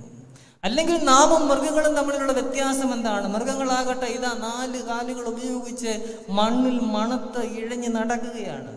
നാം നമ്മുടെ മുമ്പിലത്തെ 2 കാലുകളെ 2 കൈകളാക്കി പ്രാർത്ഥിക്കാനുള്ള ഉപാധിയാക്കി. അതില്ലെങ്കിൽ, പ്രാർത്ഥനയില്ലെങ്കിൽ മനുഷ്യനും മൃഗമാണ്, മേയുകയാണ്. യാതൊരു വ്യത്യാസവുമില്ല. അവിടെയാണ് നമ്മുടെ നിയോഗങ്ങളെ നമ്മൾ തിരിച്ചറിയേണ്ടത്, നാം മുമ്പോട്ട് പോകേണ്ടത്. 4-ാം അധ്യായം തീരുമ്പോഴും നിനിവയിലെ രാജാവ് രക്ഷപ്പെട്ടപ്പോഴും ദൈവപുരുഷൻ വെയിലത്താണ്. പലപ്പോഴും നാം ഓർക്കണം, ഞാൻ മാമോദീസ മുങ്ങി ക്രിസ്ത്യാനിയാണ്, പക്ഷേ നിൽക്കുന്നത് വെയിലത്താണ്. എത്രയോ ഇതര സമുദായത്തിൽപ്പെട്ടവർ കർത്താവായ യേശു ക്രിസ്തുവിനെ രക്ഷകനായി സ്വീകരിച്ച് മുന്നോട്ട് പോകുന്നു. ഒരു ക്രിസ്ത്യാനി എന്ന നിലയിൽ എൻ്റെ നിൽപ്പ് ഇപ്പോഴും വെയിലത്താണോ? നാം ഓർക്കണം, സാറ ജോസഫിന്റെ യൂനായുടെ ഒളിച്ചോട്ടങ്ങൾ എന്ന് പറയുന്ന ഒരു നോവലുണ്ട്. അതിൽ അവർ പറയുന്ന കാര്യമാണ്, തിന്നും കുടിച്ചും സുഖിച്ചും മരവിച്ചു പോയ ഒരു നഗരമായിരുന്നു നിനിവേ. വീണ്ടും അവർ പറയുകയാണ്, നിങ്ങളുടെ നഗരത്തിലേക്ക് മാനസാന്തരത്തിന്റെ മഹാമത്സ്യത്തെ യഹോവയാം ദൈവം അയച്ചാൽ നിങ്ങൾ അതിനെ എന്ത് ചെയ്യും? അവർ തന്നെ അതിന് മറുപടിയും പറയുന്നുണ്ട്, നിങ്ങൾ അതിനെ ചൂട്ടു തിന്നും. ഈ കാലത്തിന്റെ പ്രത്യേകത നോക്കി യഹോവയാം ദൈവം പറയുകയാണ്, നിന്റെ ജീവിതത്തിലേക്ക് മാനസാന്തരത്തിന്റെ മഹാമത്സ്യത്തെ ദൈവം അയക്കുമ്പോൾ നീ അതിനെ ചുട്ടു തിന്നരുത്. ഈ നോമ്പ് യഹോവയാം ദൈവം നമുക്ക് അയച്ചു തന്നിരിക്കുന്ന മാനസാന്തരത്തിന്റെ മഹാമത്സ്യമാണ്. ആ മത്സ്യോത്തരം യോനയെ പോലെ ഒരു യോനയ്ക്ക് ഭവിച്ചതുപോലെ ഒരു ദേവാലയമാണ്. ആ ദേവാലയത്തിൽ നമ്മുടെ ജീവിതത്തിന്റെ സങ്കീർണതകളാകുന്ന കടൽപ്പായൽ തലപ്പാവാക്കി നാം അങ്ങനെ ഇരിക്കുകയാണ്. പക്ഷേ നാം ശോഭയോടെ പുറത്തു വരുന്ന ഒരു ദിനം വരും. യോനയെങ്കിലും കടൽ തീരത്ത് വെയിൽ കൊണ്ടു നിൽക്കുകയാണ്. നിനിവയിലെ രാജാവ് രക്ഷപ്പെട്ടു. യോന വെയിൽ കൊള്ളുന്നു എന്ന് യഹോവയാം ദൈവം കണ്ടു. യോനയുടെ പുസ്തകം 4-ാം അധ്യായത്തിൽ നമ്മൾ കാണുന്നു. അനുതാപത്തിന്റെ സന്ദേശം ഈ നോമ്പുകാലത്ത് നമ്മൾ സ്വീകരിക്കണം. അതുകൊണ്ടാണ് ഞാൻ ഈ ഭാഗം പറയുന്നത്. യോന വെയിൽ കൊള്ളുന്നത് യഹോവയാം ദൈവത്തോട് പറഞ്ഞു എന്നല്ല, യോന വെയിൽ കൊള്ളുന്നത് യഹോവ കണ്ടു. നീ വെയിൽ കൊള്ളുന്നത് കാണുന്ന ഒരു ദൈവമുണ്ട്. വെയിൽ നീ കൊള്ളുന്നുണ്ടായിരിക്കും, പക്ഷെ അത് കാണുന്ന ഒരു ദൈവമുണ്ട്. എന്ത് ചെയ്തു? യോനയുടെ തലയ്ക്ക് തണലായിരിക്കാൻ ഒരു ആവണക്ക് യഹോവയാം ദൈവം കൽപ്പിച്ചുണ്ടാക്കി. എന്തിനാണ് ഇതെല്ലാം ദൈവം നമുക്ക് തന്നിരിക്കുന്നത്? ഈ ധനം, എൻ്റെ പ്രിയപ്പെട്ടവൻ, എൻ്റെ പ്രിയപ്പെട്ടവൾ, എൻ്റെ കുഞ്ഞുങ്ങൾ, എൻ്റെ അധികാര സ്ഥാനങ്ങൾ, എൻ്റെ ഭൂമിയിലെ ഈ സന്തോഷങ്ങൾ, ഇതെല്ലാം എൻ്റെ ആവണക്കാണ്. എന്തിനാണ് ഈ ആവണക്കെല്ലാം എൻ്റെ പൊന്നു തമ്പുരാൻ എനിക്ക് തന്നിരിക്കുന്നത്? എൻ്റെ തലയ്ക്ക് തണലായിരിക്കാൻ. ഞാൻ അറിയാതെ, ഞാൻ ആവശ്യപ്പെടാതെ എനിക്ക് തണലായിരിക്കാൻ തന്നതാണ്. അവിടെ നാം വായിക്കുന്നു 4-ാം അധ്യായത്തിൽ, ആവണക്ക് യോനയുടെ തലയ്ക്ക് മീതേ പൊങ്ങി. ചിലപ്പോഴങ്ങനെയാണ്, നമ്മുടെ അധികാരം നമ്മുടെ തലയ്ക്ക് മീതേ പൊങ്ങും, നമ്മുടെ പണം നമ്മുടെ തലയ്ക്ക് മീതേ പൊങ്ങും, നമ്മുടെ ഭാര്യയിലുള്ള സന്തോഷം, ഭർത്താവിലുള്ള സന്തോഷം, കുഞ്ഞുങ്ങളെ കുറിച്ചുള്ള മേനി പറച്ചിൽ തലയ്ക്ക് മീതേ പൊങ്ങും. ഇവിടെ അതാണ് സംഭവിക്കുന്നത്. കൊടുത്ത ആവണക്ക്, തലയ്ക്ക് തണലായിരിക്കാൻ കൊടുത്ത ആവണക്ക് യോനയുടെ തലയ്ക്ക് മീതേ പൊങ്ങി. അപ്പോഴെന്താണ് സംഭവിക്കുന്നത്? 2-ാമത്തെ കൽപ്പന. 1-ാമത്തെ കൽപ്പന ആവണക്കായിരുന്നു, ആവണക്ക് കൽപ്പിച്ചുണ്ടാക്കി. 2-ാമത്തെ കൽപ്പന എന്തായിരുന്നു? ദൈവം ഒരു പുഴുവിനെ കൽപ്പിച്ചാക്കി. പലപ്പോഴും നാം മറന്നു പോകുന്ന ഒരു കാര്യമാണ്, എല്ലാ യോഗ്യന്മാരും മറന്നു പോകുന്ന ഒരു കാര്യമാണ്. നിനക്ക് വേണ്ടി ഒരു പുഴുവിനെ കൽപ്പിച്ചാക്കിയിട്ടുണ്ട്. പുഴു എന്ത് ചെയ്തു? ആവണക്ക് തിന്നു. ഞാനൊരു ദേവാലയത്തിലിരിക്കുന്ന സമയത്ത് അതിരാവിലെ എനിക്ക് ഫോൺ വന്നു, അമ്മച്ചി മരിച്ചു പോയി, അച്ഛൻ പെട്ടെന്ന് വന്ന് പ്രാർത്ഥിക്കണം. അരമണിക്കൂറിനകം ഞാൻ അവിടെ ചെന്നു. അടുത്താണ്. ചെന്നപ്പോൾ ഒരു പാവപ്പെട്ട വീടാണ്. എല്ലാവരും ചുറ്റും കൂടി നിന്നിട്ടുണ്ട്. ഒരു മുറിയേ ഉള്ളൂ. പള്ളിയിൽ സ്ഥിരമായിട്ട് വരുന്ന അമ്മച്ചിയാണ്. അച്ഛന്മാരെയൊക്കെ വളരെ ആദരിക്കുന്ന അമ്മച്ചിയാണ്. ഞാൻ ഈ അമ്മച്ചിയുടെ അടുത്തേക്ക് ചെന്ന് അമ്മച്ചിയുടെ മുഖത്തേക്ക് ഞാൻ സൂക്ഷിച്ച് നോക്കിയ സമയത്ത് അമ്മച്ചി വളരെ ശാന്തമായി കിടക്കുകയാണ്. അമ്മച്ചിയുടെ മുഖത്തു കൂടി 3-4 ഉറുമ്പുകൾ ഇങ്ങനെ നിരനിരയായിട്ട് പോവുകയാണ്. പെട്ടെന്ന് ഒരു തോന്നൽ എൻ്റെ മനസ്സിലുണ്ടായി. ദൈവമേ, ആരെങ്കിലും മരിച്ചാൽ ആദ്യം വിളിക്കുന്നത് അച്ഛനെയാണ്. ആദ്യം വരുന്നതും അച്ഛനാണ്. അച്ഛൻ വരുന്നതിന് മുമ്പ് വരുന്ന ചിലരുണ്ട്. ഞാൻ പലപ്പോഴും അത് ഓർക്കാറില്ല. പ്രകൃതിയുടെ പരികർമ്മികൾ. ഈ ഉറുമ്പുകൾ മക്കളൊക്കെ വളരെ ശുശ്രൂഷിക്കുന്നുണ്ട്, പക്ഷെ അവരുടെ ആരുടെയും കണ്ണിലത് പെട്ടില്ല എന്നുള്ളതാണ്. ദീർഘനാളായിട്ട് കിടക്കുന്നു, കണ്ണിൽ പെട്ടില്ല, അത്രയേ ഉള്ളൂ. അവരവരുടെ പണി തുടങ്ങിക്കഴിഞ്ഞു. അങ്ങനെയൊരു പ്രകൃതിയുടെ ക്രമം കൂടി ഉണ്ട്. പല യോഗ്യന്മാരും അത് മനസ്സിലാക്കുന്നില്ല. നിനക്കായി കൽപ്പിച്ചാക്കിയിരിക്കുന്ന ഒരു പുഴുവുണ്ട്. ഈ ആവണക്കുകളെ, അതിൻ്റെ സന്തോഷങ്ങളെ നാം ആസ്വദിക്കുമ്പോൾ, ആവോളം രുചിക്കുമ്പോൾ ഒരു പുഴുവിനെ കരുതിയിരിക്കുന്നു എന്ന് കൂടി ഓർക്കണം. ആ പുഴു ആവണക്ക് തിന്നു കളഞ്ഞു. യോന വീണ്ടും ദൈവസന്നിധിയിൽ കോപിച്ചു. ആവണക്കിനെ കുറിച്ച്, താൻ ആവശ്യപ്പെടാതെ തനിക്കുണ്ടായ ആവണക്കിനെ കുറിച്ച് കോപിച്ചു. പലപ്പോഴും നമ്മുടെ കോപവും ദൈവസന്നിധിയിൽ അതല്ലേ? ഈ മണ്ണിൽ നിന്നും കിളിർത്തു വന്ന ആവണക്കിനെ കുറിച്ച് മാത്രമാണ് നമ്മുടെ കോപം. വീണ്ടിൽ നിന്നും വന്ന എന്നതിനെ കുറിച്ചെങ്കിലും നമുക്ക് കോപമുണ്ടോ? ദൈവമേ, ഒരു ഞായറാഴ്ച എനിക്ക് പള്ളിയിൽ പോകാൻ പറ്റിയില്ല, കഷ്ടമായി പോയി. ഒരു നിരാശയുണ്ടോ? ഈ നോമ്പിൽ തുടക്കം മുതൽ എനിക്ക് പങ്കെടുക്കാനായിട്ട് സാധിക്കുന്നില്ല, പരാതിയുണ്ടോ? ഒരു പരാതിയില്ല. ലോക്ക്ഡൗണിന്റെ സമയത്ത് 65 വയസ്സ് കഴിഞ്ഞ ഒരു അപ്പച്ചൻ എന്നെ വിളിച്ച് ചോദിക്കുകയാണ്, അച്ഛാ 65 കഴിഞ്ഞാൽ വരാൻ പറ്റത്തില്ല, ഞാൻ ആ പള്ളിയുടെ മുമ്പിലെ ആ ബോട്ട് ചെട്ടിയിലെ കടവിലെങ്കിലും വന്ന് ജനലിലൂടെയെങ്കിലും ആരാധനയൊന്ന് കണ്ടോട്ടെ. അങ്ങനെയുള്ളവരും ഈ സഭയിലുണ്ട്. ആവണക്ക് പുഴു തിന്നു കളഞ്ഞു. അതുകൊണ്ട് എൻ്റെ പ്രിയപ്പെട്ടവരെ, ദൈവം തന്നിരിക്കുന്നതെല്ലാം തലയ്ക്ക് തണലാകാനാണ്. തലയ്ക്ക് മീതെ അവ വളരുമ്പോൾ അത് ദൈവം കൽപ്പിച്ചാക്കിയതാണെന്നും ഒരു പുഴുവിനെ കൂടി കൽപ്പിച്ചാക്കിയിട്ടുണ്ടെന്നും ഈ ലോക ജീവിതത്തിൻ്റെ എല്ലാ ഉന്മാദങ്ങൾക്കിടയിലും നമുക്ക് ശ്രദ്ധിക്കാനായിട്ട് സാധിക്കണം. നമ്മൾ പലപ്പോഴും ലോക ജീവിതത്തെ കുടിച്ചിങ്ങനെ ഉന്മാദികളാകാറുണ്ട്. എന്നാൽ ദൈവാനുഭവത്തെ കുടിച്ചു തീർത്ത ചില ഉന്മാദികൾ നമുക്കിവിടെയുണ്ട്. പരിശുദ്ധനായ പാമ്പാടി തിരുമേനി ഒരു ഉന്മാദിയായിരുന്നു. God intoxicated person. ദൈവാനുഭവത്തിൻ്റെ ആ ജീവിതക്രമത്തെ ഒരു ഉന്മാദിയെ പോലെ കുടിച്ചു തീർത്തു. തൻ്റെ ചുറ്റുപാടുകൾക്ക് ആ സ്നേഹത്തെ പകർന്നു കൊടുത്തു. തൻ്റെ കലവറയെ ഒരു ആത്മീയ പരീക്ഷണശാലയാക്കി. തൻ്റെ ആശ്രമ കവാടത്തിലേക്ക് കയറി വരുന്നവരോട് ആദ്യം ചോദിച്ചു, നീ വല്ലതും കഴിച്ചോ? അത് ഈ ലോകത്തിലെ ഏറ്റവും മനോഹരമായ ഒരു ചോദ്യമാണ്. അനേകം മുനകളുള്ള ഒരു ചോദ്യമാണ്. വജ്ര സമാനമായ ഒരു ചോദ്യമാണ്. സാമൂഹിക വശമുള്ള ചോദ്യമാണ്. സാമ്പത്തിക വശമുള്ള ചോദ്യമാണ്. ആത്മീക വശമുള്ള ചോദ്യമാണ്. ലോകത്തിലുള്ള ഒരു തത്വശാസ്ത്രജ്ഞനും ചോദിക്കാത്ത ചോദ്യമാണ്. ആത്മീയ ജീവിതം തത്വശാസ്ത്രജ്ഞന്മാരെക്കാൾ വലിയ ഫിലോസഫറായിട്ട് ദൈവപുരുഷന്മാരെ മാറ്റുമെന്നതിൻ്റെ ഒരു ചോദ്യമാണ്. തത്വശാസ്ത്രജ്ഞന്മാരുടെ എല്ലാ ജീവിതത്തിൽ അവർക്കൊരു ചോദ്യമുണ്ട്. അതായിരിക്കും അവരുടെ തംബ്നെയിൽ.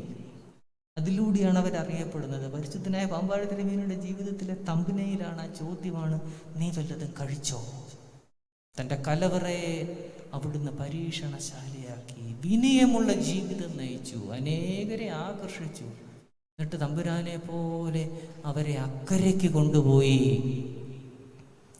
അസിസിയിലെ സെന്റ് ഫ്രാൻസിസ് ഒരിക്കൽ പാടത്തുകൂടി നടന്നു പോവുകയാണ്. അപ്പോൾ പാടത്ത് കിളച്ചുകൊണ്ടിരുന്ന ഒരു കർഷകൻ വിളിച്ചു പറഞ്ഞു, ഫ്രാൻസിസ്, നിങ്ങൾ വലിയ വിശുദ്ധനാണെന്നൊക്കെ അറിയാം, നിങ്ങൾ വലിയ വിശുദ്ധനാണെന്നൊക്കെ ആൾക്കാർ പറയുന്നു, അങ്ങനെ തന്നെ ആയിരിക്കണം. അസിസിയിലെ സെന്റ് ഫ്രാൻസിസിനോട് പറയാണ്, വലിയ വിശുദ്ധനാണ്, ജീവിച്ചിരിക്കെ തന്നെ വിശുദ്ധനാണ്. അപ്പോൾ ശിഷ്യന്മാരെല്ലാവരും കൂടെ ദേഷ്യപ്പെട്ടു, ഏട്ടാ ഫ്രാൻസിസിനോട് ഇങ്ങനെ ഉപദേശിക്കാൻ ഇവനാറ്റ്. അപ്പോൾ ഫ്രാൻസിസ് പറയാണ്, അവൻ പറയണം. ഇടയ്ക്കെന്നെ അതും ഓർമ്മിപ്പിക്കാൻ ആളുണ്ടാകണം. അപ്പോഴാണ് നമുക്കൊന്നിച്ച് സ്വർഗീയ യെരൂശലേമിനെ നോക്കി യാത്ര ചെയ്യുന്ന വിശ്വാസി സമൂഹമായി തീരാൻ സാധിക്കുന്നത്. അതുകൊണ്ട് കർത്താവ് തൻ്റെ ചുറ്റുമുള്ള പുരുഷാരത്തോട് ഉപദേശിച്ച് തീർന്ന ശേഷം പറയുന്നു, shall we go to the other side, നമുക്ക് അക്കരയ്ക്ക് പോകാം. ഈ നോമ്പ് നമ്മെ അക്കരയ്ക്ക് നയിക്കട്ടെ. നമ്മുടെ വേദനകളിൽ നിന്ന്, കണ്ണുനീരുകളിൽ നിന്ന്, 2020 കൂർത്ത പല്ലുകൾക്കിടയിൽ നിന്ന്, ആമോസ് പ്രവചനം 3 പറയുന്നത് പോലെ, ഒരിടയൻ തൻ്റെ ആടിൻ്റെ 2 കാലോ ഒരു കാതോ വലിച്ചെടുക്കുന്നത് പോലെ എന്നെ വലിച്ചെടുത്ത് നീ ദേവാലയത്തിൽ നിർത്തിയിരിക്കുന്നു, എൻ്റെ കുടുംബത്തിൽ നിർത്തിയിരിക്കുന്നു. ആരാധനയിലൂടെ ഞാൻ ഈ ദൈവാനുഭവത്തെ പരിപോഷിപ്പിക്കും. മോശയെപ്പോലെ എൻ്റെ കാലിലെ ചെരുപ്പുകൾ ഊരി ദൈവസന്നിധിയിലേക്ക് നീങ്ങി നിന്ന് ദൈവത്തിൻ്റെ തീച്ചൂട് എൻ്റെ ഉള്ളംകാല് കൊണ്ട് ഞാൻ അറിയും. എൻ്റെ തലമുറയ്ക്ക് അത് കൊടുക്കും എന്ന വലിയ ബോധ്യത്തോടു കൂടി ഈ നോമ്പിനെ പൂർത്തീകരിക്കുവാനും നമ്മുടെ കർത്താവിൻ്റെ ഉയർത്തെഴുന്നേൽപ്പിനെ കാണുവാനും ദൈവം തമ്പുരാൻ നമ്മളെ ശക്തീകരിക്കട്ടെ എന്ന് പ്രാർത്ഥിച്ചുകൊണ്ട്, ഭാഗ്യമുള്ള ഈ അവസരത്തിന് നന്ദി പറഞ്ഞുകൊണ്ട്, വിവിധ തിരുമനസ്സിനോടും ആദരണീയരായ വൈദികരോടും ഏവരോടുമുള്ള ആദരവ് അറിയിച്ചുകൊണ്ട് ഉപസംഹരിക്കുന്നു. ദൈവത്തിരു